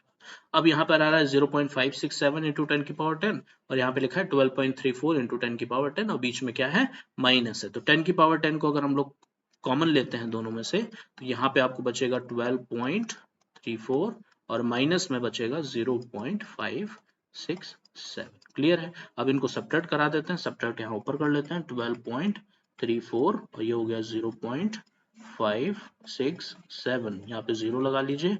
ये सब्ट्रैक्ट करेंगे तो 10 में 7 आ जाएगा आपके पास 3, 3 बचेगा 13, 7 6 13, यहाँ 7 आ जाएगा, यहाँ 2 बचेगा, 7 5 12 आ जाएगा, यहाँ 1 बचेगा, और यहाँ पे भी 1 बचेगा, पॉइंट में ठीक है, वो प्लस में, तो ये आपका सब्ट्रैक्ट करने पर आ रहा है 11.773 इंटू में 10 टू द पावर 10। क्लियर है। अब यहाँ पर 11 पॉइंट तो कहीं नहीं दिख रहा है, 1 पॉइंट दिख रहा है, मतलब ये जो डेसिमल आपको एक पीछे लेके जाना है। एक पीछे लेके जाने के लिए आप क्या करेंगे, डिवाइड बाई 10 करेंगे, और डिवाइड अगर 10 किया है तो फिर मल्टीप्लाई भी आपको 10 से करना पड़ेगा ताकि बैलेंस रहे आपका। तो यहाँ पे आप इसका यूज यहाँ पर कर लीजिए, तो यहाँ से हमको मिल जाएगा 1.1773, और यहाँ पे इसको अगर मल्टीप्लाई करा दिया तो यहाँ पे हमें मिलेगा 10 की पावर 11। तो 1.1773 इंटू 10 टू द पावर 11 हमारा पहला ऑप्शन है, ये हमारा करेक्ट होगा। क्लियर है। ठीक, आप इसको नोट डाउन करिएगा, वीडियो पॉज करके मैं रफ कर रहा हूँ नीचे वाला पार्ट, क्योंकि अगला क्वेश्चन देखना है हमको। क्लियर, आइए नेक्स्ट पे आइए। Question number 48, by which number should -1/4 to the power -1 be multiplied so that the product is the reciprocal of this. Simple है, कुछ नहीं करना, बाय विच नंबर को आप x ले लीजिए कि वो x से मल्टीप्लाई कराया गया, किसका, -1/4 की पावर -1 का, और हमको रिजल्ट में क्या मिल रहा है, जब प्रोडक्ट कराया गया, सो that the product is reciprocal of, reciprocal मतलब हो गया 1 अपॉन, और किसका रेसिप्रोकल, -7/4 की पावर -1 का रेसिप्रोकल।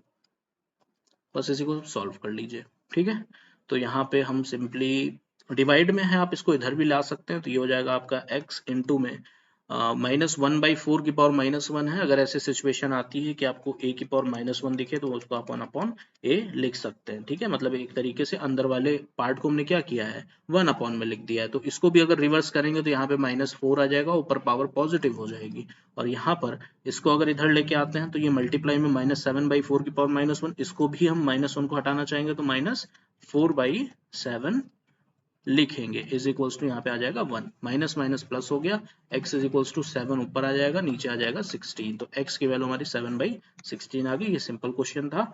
नेक्स्ट आते हैं क्वेश्चन नंबर 49 पे। If 313632 is equals to p square q to the power 5 r to the power 4 where p q are prime numbers, then what is the value of p plus q minus 2r। Simply आपको ये जो number आपको दिया हुआ है इसका prime factorisation करना है इनके कंपैरिजन में, उसके बाद p q r हमें कंपेयर करके निकालना है, उसके बाद यहाँ पुट करके सॉल्व करना है। सिंपल सा क्वेश्चन है, आप इसका यूज यहाँ पर कर सकते हैं। तो यहाँ पे हम शुरुआत करते हैं इसकी 313632, इसका प्राइम फैक्टराइजेशन करेंगे। क्लियर है। अब प्राइम फैक्टराइजेशन की शुरुआत हम 2 से करने वाले हैं, क्योंकि 2 से डिविजिबल है। 2 1 जा 2, और ये हो गया 2 1 जा 2, एक बचेगा, 2 5 जा 10, एक बचेगा, 2 6 जा 12, 2 8 जा 16, 2 1 जा 2, और 2 6 जा 12। क्लियर है, इतना आया। उसके बाद फिर से हम 2 से डिवाइड करेंगे, ये हमारा हो जाएगा 2 7 जा 14, एक आ गया, 2 8 जा 16, 2 4 जा 8, 0, 2 8 जा 16। फिर से डिवाइड करेंगे 2 से, 2 से डिवाइड करेंगे तो यहाँ पे आ जाएगा 2 3 जा 6, 2 9 जा 18, 2 2 जा 4, 0, 2 4 जा 8। फिर से 2 से डिवाइड करेंगे तो हो जाएगा 2 1 जा 2, 2 9 जा 18, और 2 6 जा 12, 0, 2 2 जा 4। फिर से 2 से डिवाइड करेंगे तो 2 9 जा 18 आपका आएगा, एक बचेगा, 2 8 जा 16, 0, 2 1 जा 2। अब ये 3 से डिवाइड होगा, 3 3 जा 9, और 3 3 जा 9 हो गया, 3 2 जा 6 हो जाएगा, 2 बचेगा, 3 6 जा 18, और 2 बचेगा 21, तो 3 7 जा 21। क्लियर है। थोड़ा और नीचे कर लेते हैं, फिर से इसको अगर 3 से डिवाइड करेंगे तो ये हमारा आ जाएगा 3 1 जा 3, 26 से 24 आएगा तो 8 जा 0 लगेगा, 3 8 जा 24, और 2 बचेगा, 3 9 जा 27। फिर से 3 से हम इसको डिवाइड करेंगे तो ये हमारा हो जाएगा 3 3 जा 9, यहाँ नीचे कर लेते हैं, 3 3 जा 9, एक बचेगा, 3 6 जा 18, और 3 3 जा 9। फिर से 3 से डिवाइड करेंगे तो यहाँ पर हमारा आएगा 3 1 जा 3, 3 2 जा 6, और 3 1 जा 3, 121 अभी 3 से जाएगा नहीं, ये 11 से जाएगा, 11 11 जा 121, और 11 1 जा 11। मतलब इस पूरे पार्ट को हम लोग लिख सकते हैं 2 टू द पावर कितना है, 3 2 5, इंटू में 3 की पावर आपको मिलेगी 4, और इंटू में 11 की पावर आपको मिलेगी 2। क्लियर है। अब यहाँ से कंपेयर करते हैं, तो स्क्वायर की बात आ रही है तो ये हमारा हो गया p, 4 की पावर बात आएगी तो 4 की पावर के लिए हो गया r, कंपेयर करेंगे, और 5 की पावर के लिए 2 जो है वो आपको मिलेगा p के रूप में। एक मिनट, 5 है ये q के रूप में मिलेगा। क्लियर है? तो ये हो गया Q, ये हो गया R, ये हो गया P। P को पहले Q से ऐड कराया गया है, मतलब 11 प्लस 2 और माइनस में 2 टाइम्स 3 किया, मतलब ये हो जाएगा 6, और ये हमारा आ गया 11 और 2 कितना हो गया 13, 13 माइनस 6 7। क्लियर है? तो 7 इसका हमारा करेक्ट आंसर होगा। नेक्स्ट आते हैं क्वेश्चन नंबर 50 पे। 50 देखते हैं क्या है। Marks obtained by Sunita in her pre board examination are as follow.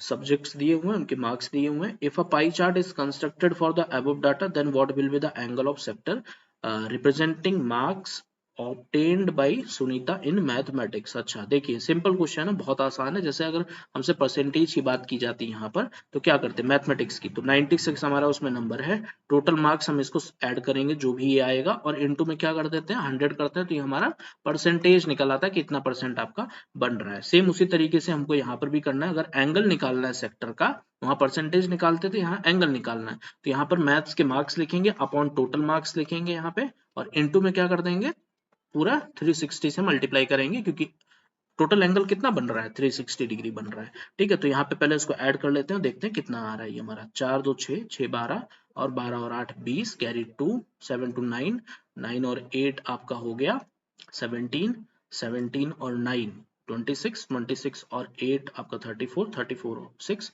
40, तो ये हो गया 400। टोटल मार्क्स आपके 400 हैं। यहाँ पे अगर हम सॉल्व करते हैं तो 96 आपके मैथमेटिक्स का ही निकालना था, तो 96 मार्क्स आपके मैथमेटिक्स में है, टोटल 400 है, और इनटू कितना कर देंगे हम लोग 360 कर देंगे, तो ये हमारा आंसर आ जाएगा। ठीक है, तो यहाँ पे हम इसको 0 से डिवाइड कर सकते हैं। 4 से अगर कैंसिल करेंगे तो यहाँ आ जाएगा 10 और यहाँ आ जाएगा 9। क्लियर है? और क्या हो सकता है इसमें, 2 से डिवाइड करते हैं तो 2 5 जा 10 हो जाएगा, और ये हो जाएगा हमारा 2 4 जा 8 2 8 जा 16 48 9 और अपॉन में 5 आ रहा है, तो 9 8 जा ये हो जाएगा आपका 72, कैरी 7 9 4 जा 36 36 और 7 आपका हो जाएगा 43, और 43 का डिवाइड लग जाएगा 5 से, तो ये हो गया 5 8 जा 40, 5 8 जा 40, 3 बचेगा, 5 6 जा 30, 2 बचेगा, 5 4 जा 20 आ जाएगा, 86.4 आपका आंसर होगा, ऑप्शन नंबर 3। क्लियर है? यहाँ पे क्या किया हमने, सिंपली जिसका भी सेक्टर पूछा जाएगा उसके marks divided by total marks into में 360 कर दिया जाएगा, सेम परसेंटेज की तरह, जैसे परसेंटेज में इनटू 100 करके निकालते थे हम लोग। ठीक है, तो सेम उसी तरीके से हम यहाँ पे आंसर निकालेंगे। नेक्स्ट आते हैं क्वेश्चन नंबर 51 पे। The volume of a right circular cylinder of length 1.2 meter is 4620 centimeter cube. What is the curved surface area in centimeter square of the cylinder? Volume दिया हुआ है, लेंथ दी हुई है, मतलब हाइट दे रखी है, मीटर में दी है, भी कन्वर्ट करते हैं इसको सेंटीमीटर में, क्योंकि सारी बातें सेंटीमीटर में ही पूछी गई हैं। What is the curve surface area? Simple देखते हैं। वॉल्यूम की अगर बात करें तो वॉल्यूम होता है हमारा पाई आर स्क्वायर एच। वॉल्यूम दे रखा है 4620 इज इक्वल्स टू पाई की वैल्यू 22/7 इंटू में आर स्क्वायर हमारे पास है नहीं, एच हमारे पास दिया हुआ है 1.2 मीटर। अगर इसको सेंटीमीटर में करेंगे तो 100 से मल्टीप्लाई कराएंगे तो हो जाएगा 120 सेंटीमीटर, तो एच हमारा आ गया 120। क्लियर है? अब यहाँ पे अगर हम 11 से डिवाइड करना चाहें तो ये 11 से डिवाइड हो जाएगा, ये आ जाएगा 11 2 जा 22 और ये आ जाएगा आपका 11 4 जा 44, 2 बचेगा, 11 2 जा 22, ये हो गया 0। क्लियर है?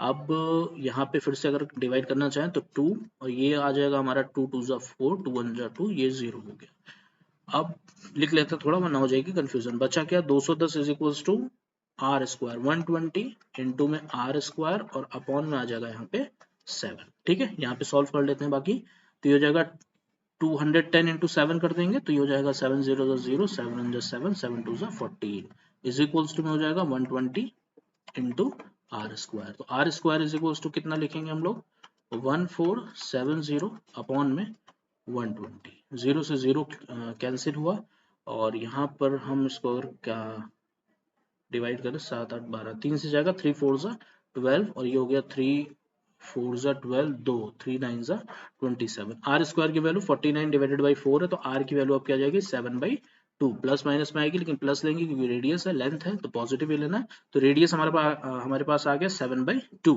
हमें निकालना है कर्व्ड सरफेस एरिया सिलेंडर का और वो होता है C is equals to 2 pi R H. Clear है? यहाँ से 2 इंटू में 22/7 इंटू में आर की वैल्यू आ जाएगी 7/2 और इंटू में 120, ये चीज है। ठीक है, एच की वैल्यू 120, 7 से 7 कैंसिल हुआ, 2 से 2 कैंसिल हुआ, 120 इंटू कितना करेंगे 120 इंटू 22। क्लियर है? तो 22 दूना 44 के 4 कैरी 4, 21 22 1 जा 22 और 4 26 हो जाएगा, यहाँ पे 0 लग जाएगा, 2640 इसका हमारा करेक्ट आंसर होगा। तो पहला ऑप्शन आपको देखने को मिल रहा है 2640 है। क्लियर है? यहाँ पे थोड़ा रफ कर देता हूं मैं, टिक 2640 जो आपका आंसर आया है वो आपको देखने को मिल रहा है। अब इसको वीडियो पॉज करके आप नोट डाउन करना चाहें तो नोट डाउन कर सकते हैं, फिलहाल मैं इसे रफ कर रहा हूं। ठीक है, अब आइए नेक्स्ट क्वेश्चन पे, question number 52। If F, V and E are respectively the number of faces, vertices and edges of a triangular prism, then which of the following statement is true? देख लेते हैं, फेसेस, वर्टिसेस और edges की बात कर रहा है, वो भी रेक्टेंगुलर प्रिज्म की। तो हम पहले डायग्राम बना लेते हैं, प्रिज्म कैसे बनाते हैं वो चीज भी आप देख लीजिएगा साथ ही साथ में। प्रिज्म बनाने के लिए आप दो ट्रायंगल बनाएंगे और दो ट्रायंगल इस तरीके से बनाएंगे। बनाने के बाद आप क्या करेंगे, इनके पर्टिकुलर रिस्पेक्टिव वर्टिसेस को ज्वाइंट करेंगे। यहाँ पे ज्वाइंट होगा ये और ये आकर के यहाँ पे ज्वाइंट होगा। ठीक, कुछ इस तरीके का डायग्राम आपको देखने को मिलेगा। अब इसमें ये 3D डायग्राम है, आप इसमें अगर ध्यान से देखें, फेसेस की बात करेंगे, एजेस की बात करेंगे और वर्टिसेस की बात करेंगे। क्लियर है? फेसेस का मतलब हो गया आपको, अगर इसमें फेस की बात करें, एक ये इस तरफ वाला एक हो गया, इसके जस्ट पीछे दो हो गए, तीसरा ये हो गया, चौथा ये हो गया, नीचे पांचवा हो गया। टोटल फेसेस आपको 5 देखने को मिलेंगे। एजेस की बात करें, मतलब टोटल लाइन सेगमेंट की बात करें, तो एक ये हो गया, 2 3 4, पहले तो इसी बॉक्स में मिल गए, 5 6 7 8 और एक ये 9, टोटल 9 एजेस आपको यहाँ पे देखने को मिल रही हैं। वर्टेक्स की बात करें तो एक वर्टेक्स ये हो गया, दूसरा, तीसरा, चौथा, पांचवा, छठा, टोटल 6 वर्टेक्स आपको देखने को मिल रहे हैं। अब इनमें से हमें चेक करना है कौन सी बात सही है। 4F करेंगे तो 4F करेंगे तो पहला ऑप्शन हम देखते हैं, यहाँ पे 4F करते हैं, हमारे पास आ जाएगा 5 4 20, प्लस में 2V करेंगे तो ये हो जाएगा 12, माइनस में 3E करेंगे तो ये हो जाएगा हमारा 9 3 27 इज इक्वल्स टू 6। 12 20 और 12 हमारे पास आ गया 32। 32 में से अगर हम 27 को माइनस करेंगे तो 5 आएगा, ये ऑप्शन हमारा गलत है। उसी तरीके से सेकंड में आते हैं, सेकंड में 2F करना है, मतलब ये हो जाएगा 10, प्लस में 3V करना है, मतलब हो जाएगा 3 6 जा 18, माइनस 2E करना है तो ये हो जाएगा 18, 9 2 18 इज इक्वल्स टू कितना आएगा, 10 आएगा। क्लियर है? एक बार फिर से देख लीजिए, 2F का मतलब हो गया 5 2 10, 3V का मतलब हो गया 6 3 18 और 2E का मतलब हो गया 9 2 18 इज इक्वल्स टू 10। यहाँ पे ये दोनों कैंसिल हो रहा है, 10 इज इक्वल्स टू 10 आपका करेक्ट आ रहा है। तीसरा ऑप्शन देखिए, 2F का मतलब हो गया 10, प्लस में 4V करेंगे तो प्लस में 6 4 24 हो जाएगा, माइनस का 3E करेंगे तो 3E आपका हो गया 27 इज इक्वल्स टू कितना आना चाहिए, 8 आना चाहिए। 24 और 10 आपका हो जाएगा 34, 34 में से अगर आप 27 माइनस करेंगे तो 4 3 7 बचेगा, ये ऑप्शन हमारा गलत है। फोर्थ पे आते हैं, फिलहाल एक आंसर मिल गया लेकिन चेक आपको इस तरीके से करना है। 3F की बात करेंगे तो 3F आपका आ गया 5 3 15, प्लस में 2V की बात करेंगे तो 6 2 12, माइनस 2E की बात करेंगे तो माइनस में 18 आ जाएगा, 11 आना चाहिए, ये हो गया आपका 27। 27 में अगर हम 18 माइनस करेंगे तो 9 बचेगा, यहाँ पे आपका 11 लिखा हुआ है, तो ये भी ऑप्शन आपका इस तरीके से गलत होगा। ऑप्शन नंबर 2 हमारा इसका करेक्ट आंसर होगा। क्लियर है? तो क्वेश्चन नंबर 52 का आपका सेकंड ऑप्शन करेक्ट माना जाएगा। क्वेश्चन नंबर 53 पे आते हैं। 53rd क्वेश्चन हमसे कह रहा है, P is a point on line AB and PQ is a ray such that angle, पहले इसको बना लेते हैं, P कोई पॉइंट है लाइन AB पर, ठीक है, यहाँ पे बनाते हैं ऊपर, AB हमारी कोई लाइन है, PQ is a ray such that P point है इस पे, PQ कोई रे है तो हमने इस तरीके से मान लिया, ये हो गया हमारा P और ऊपर हो गया हमारा Q। PQ रे है और QPA आपका आ रहा है 7x, QPB आपका आ रहा है 5x, then the value of 8x minus 10 degree is, ठीक है। अब यहाँ पर क्या है, सिंपल है, लीनियर पेयर का क्वेश्चन है, लीनियर पेयर आपको दिख रहा होगा यहाँ पर, ठीक है। इन दोनों एंगल का सम कितना हो जाएगा 180 डिग्री हो जाएगा, मतलब 7x प्लस 5x आप यहाँ पे लीनियर पेयर से 180 डिग्री लिख सकते हैं। 7 5 12 हो गया, तो x is equals to 180 upon 12 लिखेंगे और ये हो जाएगा 12 1 जा 12, 6 बचेगा, 12 5 जा 50, x की वैल्यू आपकी 15 आ रही है। पूछा क्या गया था आपसे वैसे 8x माइनस 10 पूछा गया है, तो 8 इंटू 15 माइनस 10 डिग्री आपसे पूछा गया है, तो ये हो जाएगा 8 पंजे 40, कैरी 4, 8 1 जा 8 और 4 12 माइनस 10, ये हो गया आपका 110 डिग्री। 110 डिग्री आपका इसका करेक्ट आंसर माना जाएगा। क्लियर है? चलिए नेक्स्ट आते हैं क्वेश्चन नंबर 54 पे। S is a point on side PQ of a triangle PQR such that RS, इसको भी पहले ड्रॉ ही कर लेते हैं फिर बात करते हैं ड्रॉ कहाँ करें। चलो यहीं पे देख लेते हैं।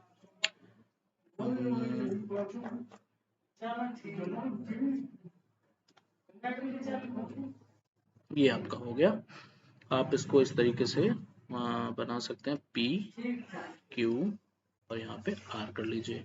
अब S कोई पॉइंट है PQ पे, मान लिए यहाँ पे S कोई पॉइंट है हमारा S, ठीक है। अब RS की बात करें मतलब इसको ज्वाइन करना पड़ेगा, तो ये हो गया आपका RS is equals to PS बोला है मतलब ये साइड बराबर होगी और QS बोला मतलब ये तीनों साइड आपस में क्या है, PS is equals to SR is equals to SQ, ये आपस में बराबर है। एंगल QPR की अगर बात करें तो ये एंगल आपका दिया हुआ है 15 डिग्री, ये आपका दिया है 15 डिग्री, ठीक है। Then the value of 2 times angle PQR मतलब आपको ये एंगल फाइंड आउट करना पड़ेगा, ठीक है। और माइनस PRQ मतलब ये पूरा भी एंगल आपको फाइंड आउट करना पड़ेगा। अब क्लियर देखते हैं इसमें हम। अब सबसे पहले बात करेंगे इन ट्रायंगल, नोट कर लीजिएगा आप इसको PSR में, PSR ये वाला ट्रायंगल, इस वाले ट्रायंगल में देखेंगे तो ये हमारा एक आइसोसेलेस ट्रायंगल है, इसमें दो साइड बराबर है और दो साइड अगर बराबर है तो दो एंगल बराबर होंगे उनके सामने वाले। इस वाले साइड के सामने ये वाला एंगल है, इस वाले साइड के सामने ये एंगल है, तो अगर ये 15 है तो ये छोटा वाला भी हमारा 15 होगा। क्लियर है? तो ये दोनों 15 हो गए, तो बचा हुआ कितना आएगा हमारा यहाँ पे, ये आ जाएगा 15 प्लस 15 30, इसमें एंगल सम प्रॉपर्टी लगाएंगे तो 15 15 30 और माइनस अगर करेंगे 180 में तो ये हो जाएगा हमारा 150 डिग्री, ठीक है। तो ये एंगल हमारा 150 हो गया। अब आते हैं हम लोग इन ट्रायंगल, इन सब चीजों को लिखते चलिएगा आप, इन सब अब आएंगे RSQ में। RSQ में अगर हम बात करें तो ये भी हमारा एक आइसोसेलेस ट्रायंगल है जिसमें दो साइड बराबर है, तो इनके दो एंगल इक्वल होंगे, इसके सामने ये वाला एंगल, इसके सामने ये वाला एंगल, ये वाला पार्ट, ठीक है। तो अगर दोनों एंगल इक्वल है, जो कि हमारे पास है नहीं, तो हम इसको x लेके चलेंगे, ये भी x ये भी x, ठीक है। और ये लीनियर पेयर से हम निकाल सकते हैं, ये अगर 150 है तो ये हमारा कितना हो जाएगा 30 डिग्री हो जाएगा। तो फिर से वही एंगल सम प्रॉपर्टी लगाएंगे इन ट्रायंगल RSQ, और एंगल सम प्रॉपर्टी लगाने से हमारे पास आ जाएगा x प्लस x और प्लस में 30 इज इक्वल्स टू में 180 डिग्री। अब ये हो जाएगा 2x और 30 को उधर माइनस करेंगे तो ये हो जाएगा 150 डिग्री। क्लियर है? x इज इक्वल्स टू आ जाएगा 75 डिग्री, x की वैल्यू कितनी आ गई 75 डिग्री आ गई। अगर ये x 75 है तो ये पूरा का पूरा r भी हमको निकालना था, अब निकालना क्या है उसको देख लेते हैं। 2 टाइम्स PQR की अगर बात करें वो भी 2 टाइम्स, तो Q कितना आया हमारा 75 आया, 75 इंटू 2 करेंगे तो हो जाएगा 150 और 150 में माइनस कर देंगे PRQ को, R की वैल्यू पूछी गई है तो R हमारा इतना यहाँ से यहाँ तक जो आया वो 75 आया है और इतना 15 डिग्री था, 75 और 580 और 90, ये हो जाएगा आपका 90 डिग्री माइनस 150 में 90 डिग्री आप अगर हटाएंगे तो 5 और 1 6 60 डिग्री आपको देखने को मिलेगा। आंसर नंबर सेकंड ऑप्शन आपका इसका करेक्ट होगा, ठीक है। थोड़ा सा कॉम्प्लिकेटेड है, जगह नहीं है, इस वजह से धीरे धीरे वीडियो को पॉज कर करके आप सुनिएगा, चीजें मैंने हर एक बताई हैं, क्लियर हैं, और वीडियो को ध्यान से देखिएगा तो उसमें आपको रिप्रेजेंट हो जाएगा किस चीज के बारे में कब बात की गई है। क्लियर? अब आते हम लोग नेक्स्ट क्वेश्चन पे, उससे पहले थोड़ा सा इसको रफ कर लें ताकि क्वेश्चन आपको क्लियरली दिख जाए। चलिए question number 55. When a shopkeeper sells item A for 384, then there is a loss of 20%, and when he sells item B for 400, then there is a profit of 25%. What is the profit या loss जो भी हो रहा हो, percent वो भी निकालना है। If he sells both the item for 852। अगर वो दोनों आइटम्स को मिला करके 852 रुपए का बेचता है तो उसको प्रॉफिट हो रहा है कि लॉस हो रहा है, पहले ये फाइंड आउट करेंगे, उसके बाद प्रॉफिट हो रहा है तो प्रॉफिट परसेंट निकालेंगे, लॉस हो रहा है तो लॉस परसेंट निकालेंगे, क्योंकि ऑप्शन में प्रॉफिट लॉस दोनों देखने को मिल रहा है। इसके लिए क्या है, दो आइटम है आपके पास, आइटम ए और आइटम बी। अगर इनकी कॉस्ट प्राइस हमारे पास आ जाए तो हम उनकी कॉस्ट प्राइस को ऐड करेंगे, जो टोटल आएगा इससे कंपेयर करके प्रॉफिट लॉस का पता हम लोग आराम से कर सकते हैं। तो सीधा चलते हैं उस कॉन्सेप्ट पे कि हम उसका सीपी निकाल पाए आइटम ए और आइटम बी का। आइटम ए की बात की गई है जिसको सेल किया गया है 384 में एट अ लॉस ऑफ 20%। नीचे आ जाइए, ए आइटम की बात करना है तो इसको 384 रुपीज में सेल किया गया है at a loss of 20%। Clear है, यही है ना 384 और लॉस ऑफ 20%। बी की बात करें तो ये 400 रुपए में बेचा गया at a profit of 25%। B item जो है वो 400 रुपए में सेल किया गया है एट प्रॉफिट ऑफ 25%। क्लियर है, अब इनकी सीपी हम निकालेंगे, उसके बाद क्वेश्चन पे आते हैं। ठीक, अब सीपी कैसे निकालेंगे वो चीज देखिए। कोई भी एक आइटम ए है जिसका सीपी ए का जो कॉस्ट प्राइस है उसको हम लेते हैं एक्स। ठीक है, अब इन्होंने 20% लॉस पे बेचा है तब जाके 384 रुपए का बिका, मतलब जो टोटल उसकी कॉस्ट रही होगी जो कि एक्स है, माइनस करेंगे उसमें से 20% ऑफ एक्स जो भी होगा उसका, वो माइनस करने पे हमारे पास 384 आएगा। इसी को सॉल्व करेंगे तो हमारे पास एक्स की वैल्यू आ जाएगी। ये हो गया एक्स माइनस 20% की जगह पर 1/100 ऑफ का मतलब एक्स हो गया, मतलब ये हो गया 20x अपॉन में 100। कैसे आया ये, परसेंट की जगह पर हमने 1/100 लिखा है मल्टीप्लाई में, तो 20/100 हो गया इंटू एक्स, तो 20x हो गया। ठीक है, इज इक्वल टू हो जाएगा 384।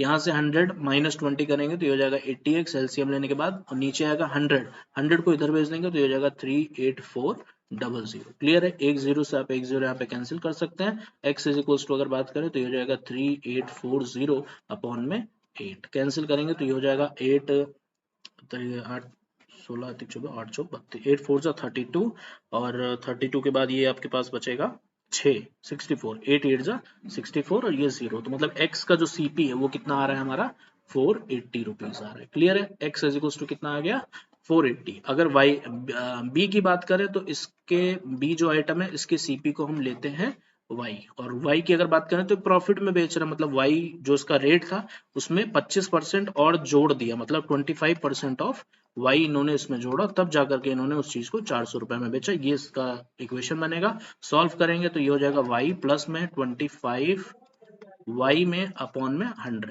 ये हो गया इज इक्वल्स टू 400। अब यहाँ पे सॉल्व करेंगे तो 100y प्लस 125 125y अपॉन में 100 उधर चला जाएगा तो 0 0 और 2 0 और लगेंगे यहाँ पे, तो y इज इक्वल्स टू कितना आ गया 40,000 अपॉन में 125। 5 से कैंसिल आउट अगर करते हैं तो ये होगा 5 2 जा 10 5 5 जा 25 और ये हो जाएगा 5 8 जा 40 0 0 0 8000 हुआ। 5 5 जा 25 और ये हो जाएगा 5 1 जा 5 3 5 6 जा 30 00 हो गया, और 5 से अगर इसको फिर से कैंसिल आउट करेंगे तो ये होगा 5 3 जा 15 एक बचेगा, 5 2 जा 10 और ये हो गया 0। तो यहाँ पर जो इसकी कॉस्ट प्राइस निकल के आई है y की वैल्यू वो आई है 320। क्लियर है, y की वैल्यू 320 मतलब कॉस्ट प्राइस ऑफ b 320 और cost price of a is 480। अगर दोनों को इन्होंने सेल किया है उसके बारे में बात की गई थी, दोनों आइटम को इन्होंने क्या किया है सेल किया है। यहाँ पर है what is the profit loss percent if he sell both the items for 852। अगर उन्होंने दोनों के दोनों आइटम को मतलब a और b को मिला करके 852 रुपीज में सेल किया है, ठीक है, और यहाँ पे दोनों आइटम मिला करके पड़ कितने में रहे हैं वो भी देख लेते हैं। x प्लस वाई निकालेंगे तो कितना आएगा, यहाँ से x प्लस वाई निकालेंगे तो ये हो जाएगा हमारा 0 8 2 10 4 3 7 और 1 8 800 रुपए का पड़ रहा है। ठीक है, टोटल 800 रुपए का पड़ रहा है और वो बेच कितने में रहा है 852 रुपए में बेच रहा है। सीधी सी बात है, यहाँ पे कितना 52 रुपीज का प्रॉफिट हो रहा है। ठीक है, लेकिन हमको निकालना क्या है प्रॉफिट परसेंट निकालना, ये तो क्लियर हो गया, प्रॉफिट परसेंट निकालना, क्योंकि प्रॉफिट हो रहा है तो प्रॉफिट परसेंट का जो फॉर्मूला होता है वो होता है प्रॉफिट अपॉन में सीपी और इनटू में 100। क्लियर है? तो यहाँ से अगर बात करें तो प्रॉफिट हमारा 52 रुपीज का हुआ है, कॉस्ट प्राइस हमारी 800 है, और इनटू में क्या कर देंगे 100 कर देंगे, 0 0 0 0 8 से कैंसिल होगा तो 8 6 48 और बचेगा 4 और 4 बचेगा 40, एक मिनट, हाँ पॉइंट लगेगा यहाँ पे, और 8 5 40 हो जाएगा, 8 पंचे 40, 4 ही बचेगा ना।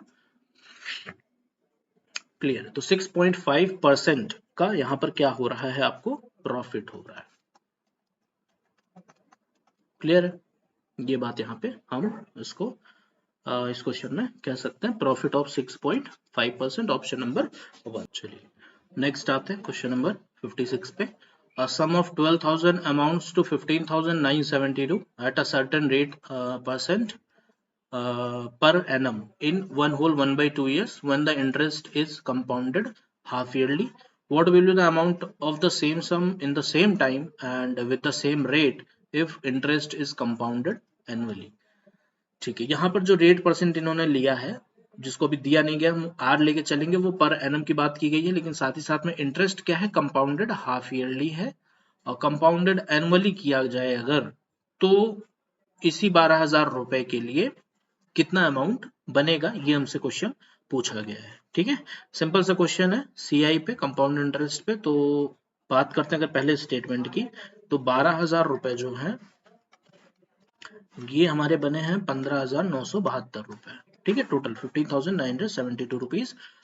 टाइम यहाँ पर लिया गया है 1/2 ईयर, लेकिन कंपाउंडेड हाफ ईयरली लिया जाएगा, तो यहाँ पर हम जो एन रिप्रेजेंट करेंगे वहां टाइम को, वो 3 लेके चलेंगे। ठीक है, अभी वो हम फॉर्मूले में देखेंगे। और रेट की अगर बात करें जो पर एनम दिया हुआ है, तो उसको हम आर लेके चलते हैं। क्लियर है? अमाउंट के फॉर्मूले की अगर बात करें तो अमाउंट का फॉर्मूला होता है पी टाइम्स 1 प्लस आर जो हमारा रेट होगा अपॉन में 100 और पावर में एन जो कि टाइम होता है। ठीक है, तो यहाँ पे पहले तो हम इस फॉर्मूले का यूज करके और इन स्टेटमेंट का यूज करके यहाँ पे आर की वैल्यू निकालेंगे। फिर यहाँ पर हम टाइम तो सेम है जो कि हमें दिया हुआ था, रेट भी सेम है, लेकिन रेट हमें निकालना पड़ेगा, तभी हम यहाँ पर क्या कर पाएंगे, अमाउंट अगले का निकाल पाएंगे जब वो कंपाउंडेड एनुअली होगा। क्लियर है? तो यहाँ पर सॉल्व अगर करें तो अमाउंट हमारे पास दिया हुआ है 15,972 इज इक्वल्स टू में प्रिंसिपल 12,000 है, 1 प्लस आर ही लेके चलते अपॉन में 100, पावर में 3 हो जाएगा क्योंकि कंपाउंडेड हाफ ईयरली था, और हाफ ईयरली मतलब कितने हाफ ईयर है यहाँ पे, टोटल 3 हाफ ईयर है, इस वजह से हमने यहाँ पे 3 लिया है। अब इसको अगर आमने सामने डिवाइड करना चाहें तो डिवाइड कर लेते हैं, 2 6 12 और ये हो जाएगा हमारा 0 0 0।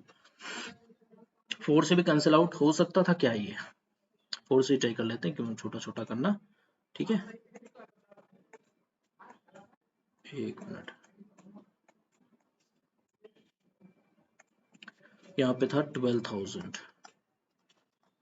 तो ये तो 4 से डिवाइड हो जाएगा, 4 1 जा 4 3, ये भी डिवाइड हो जाएगा, तो ये हो जाएगा हमारा 4 3 जा 12, 3,000 आ गया, और ये हो जाएगा 4 3 जा 12, 3 बचेगा, 4 9 जा 36, 3 बचेगा, 4 9 जा 36, 4 3 जा 12, ये आ गया। फिर से इसको हम 3 से डिवाइड कर सकते हैं, तो ये होगा 3 1 जा 3, 1000 आएगा ये, और ये आ जाएगा हमारा 3 1 जा 3, 3 3 जा 9, 3 सा 3 1 जा 3, मतलब यहाँ पे आ रहा है 1 3 3 1, और ये 1000 इस तरफ था, मल्टीप्लाई में था, तो इसको यहाँ पे हम लोग कर लेते हैं डिवाइड में। क्लियर है? इज इक्वल्स टू में यहाँ पर आ जाएगा 1 plus r upon 100 to the power whole power 3। Clear? अब यहाँ से क्या करेंगे, अगर ध्यान से देखें तो 1331 जो है वो 11 का क्यूब है, 1331, और 1000 जो है वो 10 का क्यूब है, और यहाँ पे होल क्यूब दिया हुआ है, मतलब दोनों तरफ क्या करेंगे हम लोग, क्यूब रूट लेंगे। क्यूब रूट अगर लेते हैं तो यहाँ पर पहले तो लिख देता हूं मैं, ये हो जाएगा 11/10 की होल पावर 3, और यहाँ पर हमारा दिया हुआ है 1 प्लस आर अपॉन 100 की होल पावर 3। अब यहाँ पे क्यूब रूट लेंगे तो पावर हटेंगी, यहाँ से बचेगा 11/10, और यहाँ से हमारा आ जाएगा 1 प्लस आर अपॉन 100। यहाँ से r अगर निकालते हैं तो क्या आएगा, पहले तो 1 को इधर भेजते हैं, जो होगा 11/10 -1, और इनटू में कितना हो जाएगा, ये r/100 है तो यहाँ पे इनटू में 100 आ जाएगा, इज इक्वल्स टू r आ गया।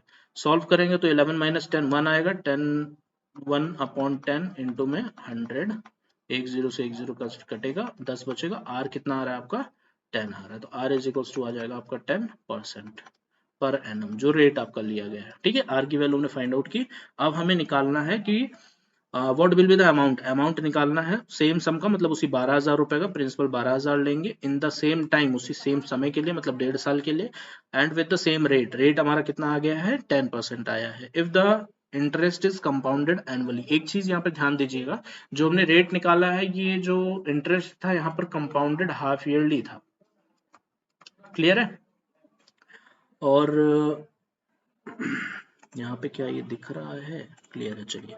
यहाँ पर ये कंपाउंडेड हाफ ईयरली था, और जब कंपाउंडेड ईयरली होगा तो यहाँ पर रेट क्या हो जाएगा, 2 से मल्टीप्लाई हो जाएगा, जो पहला वाला आया था। तो रेट यहाँ पर ईयरली के लिए कितना यूज करेंगे हम लोग, 20% यूज करेंगे, इस बात का ध्यान रखिएगा। ठीक है, तो यहाँ पे हमें अमाउंट निकालना था उसी सेम समय के लिए, मतलब टाइम हमारे पास दिया हुआ है 1/2 ईयर, और प्रिंसिपल हमारे पास 12,000 रुपए है, और रेट हमारा हो गया 20%।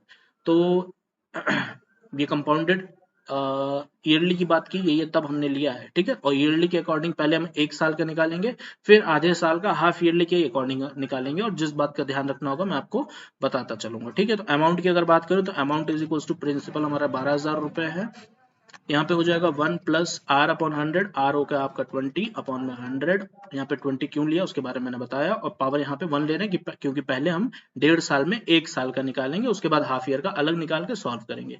तो यहाँ से अमाउंट आपका आ जाएगा 12,000 इंटू में 100 प्लस 20 120, और अपॉन में हो जाएगा 100। इन दो जीरो से ये दो जीरो कैंसिल आउट हो गए, और ये आपका हो गया 12 इंटू 12 आपका हो गया 144, और दो जीरो साथ में लगेंगे, मतलब 14,400 रुपए आपका अमाउंट बन रहा है 1 साल का। ठीक है, अब नेक्स्ट इसी के बाद अगर हम निकालते हैं इसका जो हाफ ईयर बचा हुआ है, तो हाफ ईयर में वापस से हम जब हाफ ईयर निकालेंगे तो हम क्या करेंगे, उस 10% का यूज करेंगे, 20 का यूज नहीं करेंगे। 20 का यूज 1 ईयर के लिए किया गया था।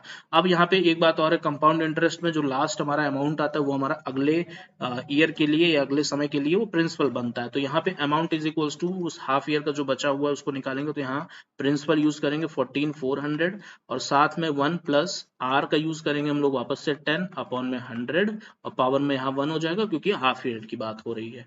ठीक है, तो यहाँ पर इस हाफ ईयर के बारे में निकालेंगे तो ये हो जाएगा 14,400 इंटू में 100 प्लस 10 हो जाएगा 110 अपॉन में 100। तो ये दो जीरो आपके दो जीरो को कैंसिल आउट करेंगे, और यहाँ से आंसर आपका आ जाएगा 11 4 जा 44 कैरी 4, 11 4 जा 44 और 48 का 8 कैरी 4, 11 11 11 4 हो गया 15, और एक जीरो लग जाएगा, 15,840 रुपए आपका टोटल अमाउंट बन रहा है उस 1.5 साल का, अगर कंपाउंडेड ईयरली कर दिया जाए तो। ठीक है, 15,840 ऑप्शन नंबर 1 क्लियर है। कहां पर किस बात का ध्यान रखा गया है उसको ध्यान रखिएगा, कहां पे हमें r की वैल्यू 20 लेनी है, कहां पर 10 लेनी है। ठीक है, तब आपके इस क्वेश्चन को करेक्ट आंसर तक पहुंचाने में मदद मिलेगी, अदरवाइज आप मिस्टेक कर सकते हैं। ठीक, नेक्स्ट आते हैं क्वेश्चन नंबर 57 पे। अगर दिक्कत होती है क्वेश्चन को दोबारा देखिएगा किस तरीके से किया गया है। If this value is equals to x plus a bx plus 2y then the value of a minus b। यहाँ पे सिंपली इधर वाली वैल्यूज को हमें इन फैक्टर्स के फॉर्म में लिखना है, जो इधर वैल्यूज दी हुई हैं, तब हम यहाँ से आराम से a और b की वैल्यू बता सकते हैं। और यहाँ पे ध्यान रखना है x के साथ कांस्टेंट है और x और y एक ब्रैकेट में एक साथ दिए हुए हैं, तो x के साथ कांस्टेंट लाने के लिए आप इनका पेयर बनाएंगे। पेयर बनाने के बाद आप इसमें से अगर 5x कॉमन करेंगे तो इधर से x बचेगा, यहाँ से माइनस का 4 बचेगा। क्लियर है, एक x आ गया और एक कांस्टेंट आ गया। इन दोनों में से अगर बचेगा प्लस 2xy माइनस 8y, इसमें से अगर हमने कॉमन लिया 2y का, तो यहाँ से पहले हमें बचा x प्लस में 2xy, माइनस का 8y था, मतलब यहाँ पे आ जाएगा x माइनस 4 माइनस का 8y। हमने आगे पीछे कर लिया ताकि ये जो आपका था ये सेम बने। अब यहाँ से x माइनस 4 आप कॉमन कर लीजिए, x माइनस 4 कॉमन करने के बाद आपके पास बचेगा 5x प्लस में 2y। क्लियर है। अब x माइनस 4 और 5x प्लस 2y बच रहा है, मतलब सेम आप देख सकते हैं यहाँ पे। तो x की वैल्यू आपको मिल रही है, a की वैल्यू, a माइनस b पूछा गया तो a की वैल्यू आपके पास आई है, a इज इक्वल्स टू आया है -4 और b x के साथ है तो b इज इक्वल्स टू आया है 5। हमसे पूछा गया है a माइनस b, मतलब ये हो गया -4 -5 जो कि होता है -9। क्वेश्चन का थर्ड आंसर हमारा सही है। क्लियर है। नेक्स्ट आते क्वेश्चन नंबर 58 पे। If a is equals to इतना है, b है, c है आपका दिया हुआ यहाँ पे आपको a प्लस बी माइनस सी की वैल्यू निकालनी है जो कि इस फॉर्म में आने वाली है। कोफिशिएंट्स हैं पी क्यू आर, आप उनको कंपेयर करेंगे, उसके बाद इसमें पुट करके वैल्यू में निकालना है। सिंपल क्वेश्चन है। सिंपली अगर हम a की बात करें तो यहाँ से a आपका कितना आ जाएगा, एक्स स्क्वायर माइनस का 3x स्क्वायर वाई स्क्वायर, और b आपका आ जाएगा यहाँ से x square y square minus का 2x स्क्वायर, c आपका आ जाएगा यहाँ से 3y स्क्वायर माइनस का 4 3 12 एक्स स्क्वायर वाई स्क्वायर। ये आपकी वैल्यू हो गई। अगर हम बात करें a प्लस बी माइनस सी की, तो a की जो वैल्यू है वो है हमारी एक्स स्क्वायर माइनस का 3x स्क्वायर वाई स्क्वायर, और प्लस में आपका b आ जाएगा x square y square minus का 2x स्क्वायर, और माइनस का c अगर करेंगे तो ये हो गया आपका 3y स्क्वायर माइनस का 12x square y square. Clear है। अब यहाँ से सॉल्व कर लेते हैं इसको, और यहाँ से हमें आएगा एक्स स्क्वायर, यहाँ पे प्लस माइनस 2x स्क्वायर, मतलब यहाँ पे आ गया हमारा माइनस का एक्स स्क्वायर, माइनस का 3x square y square plus x square y square minus 2x square y square हो जाएगा, और -2 माइनस माइनस प्लस 12, -2 प्लस 12 आपका आ गया प्लस का 10x स्क्वायर वाई स्क्वायर, और बचेगा आपके पास माइनस का 3y स्क्वायर। क्लियर है। तो y स्क्वायर का कोफिशिएंट आपके पास r है, x स्क्वायर y स्क्वायर का कोफिशिएंट q है, और x स्क्वायर का कोफिशिएंट p है। तो यहाँ से p की वैल्यू हमारे पास आ रही है -1, q की वैल्यू आ रही है 10, r की वैल्यू आ रही है माइनस का 3, और इसमें अगर हम पुट करते हैं 5p प्लस q में, तो माइनस r में, तो 5p हमारा -5 आ जाएगा, और प्लस का q मतलब ये हो गया 10, और माइनस का r है तो माइनस माइनस प्लस हो गया 3, तो 10 और 3 13, 13 माइनस 5 अगर आप करेंगे तो ये आपका 8 आएगा। ऑप्शन नंबर 4 आपका इसका करेक्ट आंसर होगा। क्लियर है। नेक्स्ट आते हैं क्वेश्चन नंबर 59 पे। Which of the following are divisible by 2, 3 and 11? तीनों से जो डिविजिबल है उन्हें हमें देखना है। तो सबसे पहले 2 की डिविजिबिलिटी रूल देखते हैं। 2 की डिविजिबिलिटी रूल के अकॉर्डिंग लास्ट में इवन नंबर होना चाहिए, सारी बातें सही है, 2 से सभी डिविजिबल होंगे।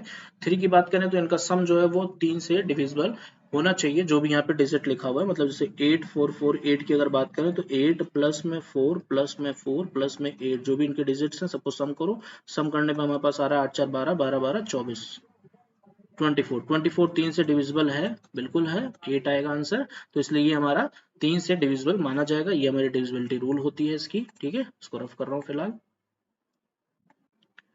और तो यहाँ पे 2 के लिए सारे के सारे सेटिस्फाई थे। 3 के लिए अगर बात करेंगे तो ये हमारा 24 डिविजिबल है, बिल्कुल सही बात है। 9 और 1 10 हो जाएगा, ये दोनों 10 हो गए, ये दोनों 10 हो गए, और 10 10 मिला करके 20 होगा, वो डिविजिबल नहीं है। बी ऑप्शन हमारे यहाँ पे कैंसिल आउट हो रहा है। और इसकी अगर बात करें तो 9 2 11, 6 और 1 7, 11 और 7 आपका कितना हो रहा है, 16 हो रहा है। ठीक है, 9 10 11, 6 और 1 7, कितना हो रहा है ऐड करने पर 11, एक मिनट, 11 और 7 ऐड करना है, तो 11 और 7 हमारा हो जाएगा 18। 18 भी 3 से डिविजिबल है, तो ये ऑप्शन में हमारा करेक्ट है अभी 3 के लिए। और यहाँ पे अगर बात करें तो 9 6 15, और 15 और 3 18, 18 और 6 आपका आएगा 24, जो कि यहाँ पे 3 से डिविजिबल है। अभी एक ऑप्शन सिर्फ हमारा डिसकार्ड हुआ। 11 के लिए देखते हैं बचे हुए 3 ऑप्शंस में। अब जैसे एग्जांपल पहला वाला लेता हूं मैं, 8 4 4 8, यहाँ पर हमारा ये पहली प्लेस पे है, ये दूसरे प्लेस पे है, ये तीसरे प्लेस पे है, और ये चौथे प्लेस पे है। इस बात का ध्यान रखना है। ये हमारे ऑड प्लेसेस हैं और ये हमारे इवन प्लेसेस हैं। अब ऑड प्लेसेस के नंबर्स का सम आप पहले करिए, इवन प्लेसेस के नंबर का आप सम करिए, फिर उनका डिफरेंस करिए। डिफरेंस अगर आपका या तो 0 आ जाए या तो ऐसा नंबर आए जो 11 से डिविजिबल है, ठीक है, तो आपका वहां पर उस जगह पर जो वैल्यू होगी वो 11 से डिविजिबल होगी, अदरवाइज नहीं। तो यहाँ पर अगर हम बात करें तो इवन प्लेसेस पे 8 और 4 है, तो 8 और 4 12 होता है, और इवन प्लेसेस पे हमारा ऑड पे तो 8 4 था 12 हो गया, इवन पे भी 8 और 4 है 12 हो जाएगा, 12 माइनस 12 करेंगे 0 हो जाएगा, तो 0 आ रहा है, 0 आना चाहिए डिफरेंस, तो 11 से इसका मतलब ये डिविजिबल है पहला वाला। क्लियर है।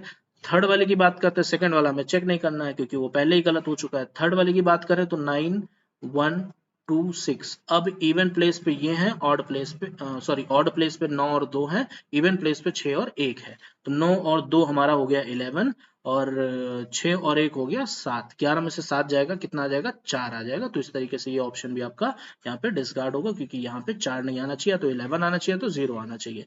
9 6 9 3 की अगर हम बात करते हैं, 9 6 3 6 9 6 3 6 है, तो यहाँ पे ऑड प्लेसेस में 9 3 12 हो गया, इवन प्लेस में 6 6 12 हो गया, दोनों का डिफरेंस हमारा 0 हो गया, मतलब ये ऑप्शन भी करेक्ट होगा। A and D R the correct answer. ये हो गया आपका third option correct. Question number 60 पे आते हैं लास्ट, उसके लिए इसको रफ कर लिया जाए, रहने देते हैं, नीचे कर लेंगे।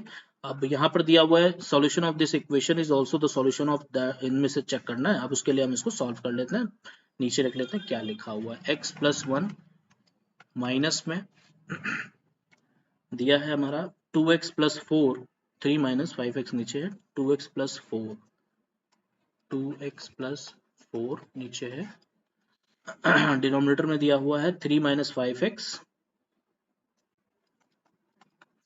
Is equals to 1/23।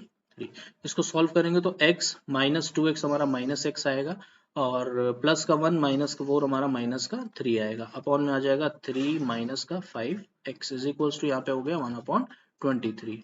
क्लियर है। अब इसको 23 को उधर मल्टीप्लाई में भेजेंगे तो हो जाएगा -23x, और ये हो जाएगा माइनस का 3 3 = 9 3 2 = 6 इज इक्वल्स टू आप लिख सकते हैं 3 - 5x। अब 23 को आप उधर भेज दीजिए, 3 को आप इधर बुला लीजिए, तो -69 - 3 इज इक्वल्स टू हो जाएगा -5x और प्लस में 23x, तो 23 और 5 हो गया आपका, फिलहाल माइनस होगा यहाँ पे, तो ये आपका जाएगा 3 2 5 17 17x 18 18x हो जाएगा और यहाँ पे आपका आ जाएगा 72 72 माइनस का, तो x इज इक्वल टू यहाँ पे हो गया 4 टाइम्स जाएगा -4, x की वैल्यू आपकी आ रही है -4। इनमें से चेक कर लेते हैं किसमें x की वैल्यू -4 सेटिस्फाई करेगी। अगर यहाँ पे -4 रखते हैं तो ये हमारा आ जाएगा यहाँ पर 5, -4 रखेंगे तो -8 + 1 -7 इज इक्वल्स टू 3 टाइम्स, यहाँ -4 रखेंगे +1 करेंगे तो ये हो जाएगा -3। क्लियर है। तो ये हमारा बिल्कुल भी कहीं से भी गलत, मतलब सही नहीं दिख रहा है, इक्वेट नहीं होगा, गलत है क्योंकि यहाँ पे -35 आ रहा है, -9 आ रहा है। यहाँ पर अगर -4 x इज इक्वल्स टू में -4 पुट करना है, इस बात का ध्यान रखिएगा। तो यहाँ से अगर हम सॉल्व करेंगे सेकंड ऑप्शन को तो ये हो जाएगा हमारा 3 टाइम्स और -8 + 3 -8 + 3 आपका आएगा माइनस का 5 is equals to 2 times x + 3 है तो -4, ये -4 + 3 आपका -1 आ जाएगा, ये भी ऑप्शन आपका डिस्कार्ड होगा। अगर यहाँ पे रखते हैं इस वाले ऑप्शन में तो ये हो जाएगा आपका 3 और ये हो जाएगा -4 करेंगे तो -8 + 3 आपका -5 आ गया, और यहाँ पे आ जाएगा 5 x + 1 है, मतलब -4 + 1 -3, तो ये आपका ऑप्शन करेक्ट माना जाएगा। तो ये ऑप्शन भी आप यहाँ पर डिस्कार्ड इसी तरीके से कर सकते हैं। तो लास्ट क्वेश्चन था ये हमारा, ठीक है। तो इस तरीके से अपना प्लेलिस्ट कंप्लीट हुआ आज का, और बहुत बहुत धन्यवाद सभी को इस वीडियो लेक्चर को पूरा देखने के लिए। और अगर वीडियो पसंद आई हो लाइक करें, जितना हो सके उतना ज़्यादा शेयर करें और सब्सक्राइब करें अगर आपने अभी तक सब्सक्राइब नहीं किया है। और जल्द ही हम लोग नए वीडियो लेक्चर के साथ अगले 30 क्वेश्चंस के साथ डे 3 को लेकर के कल मुलाकात करेंगे। तब तक के लिए बहुत बहुत धन्यवाद।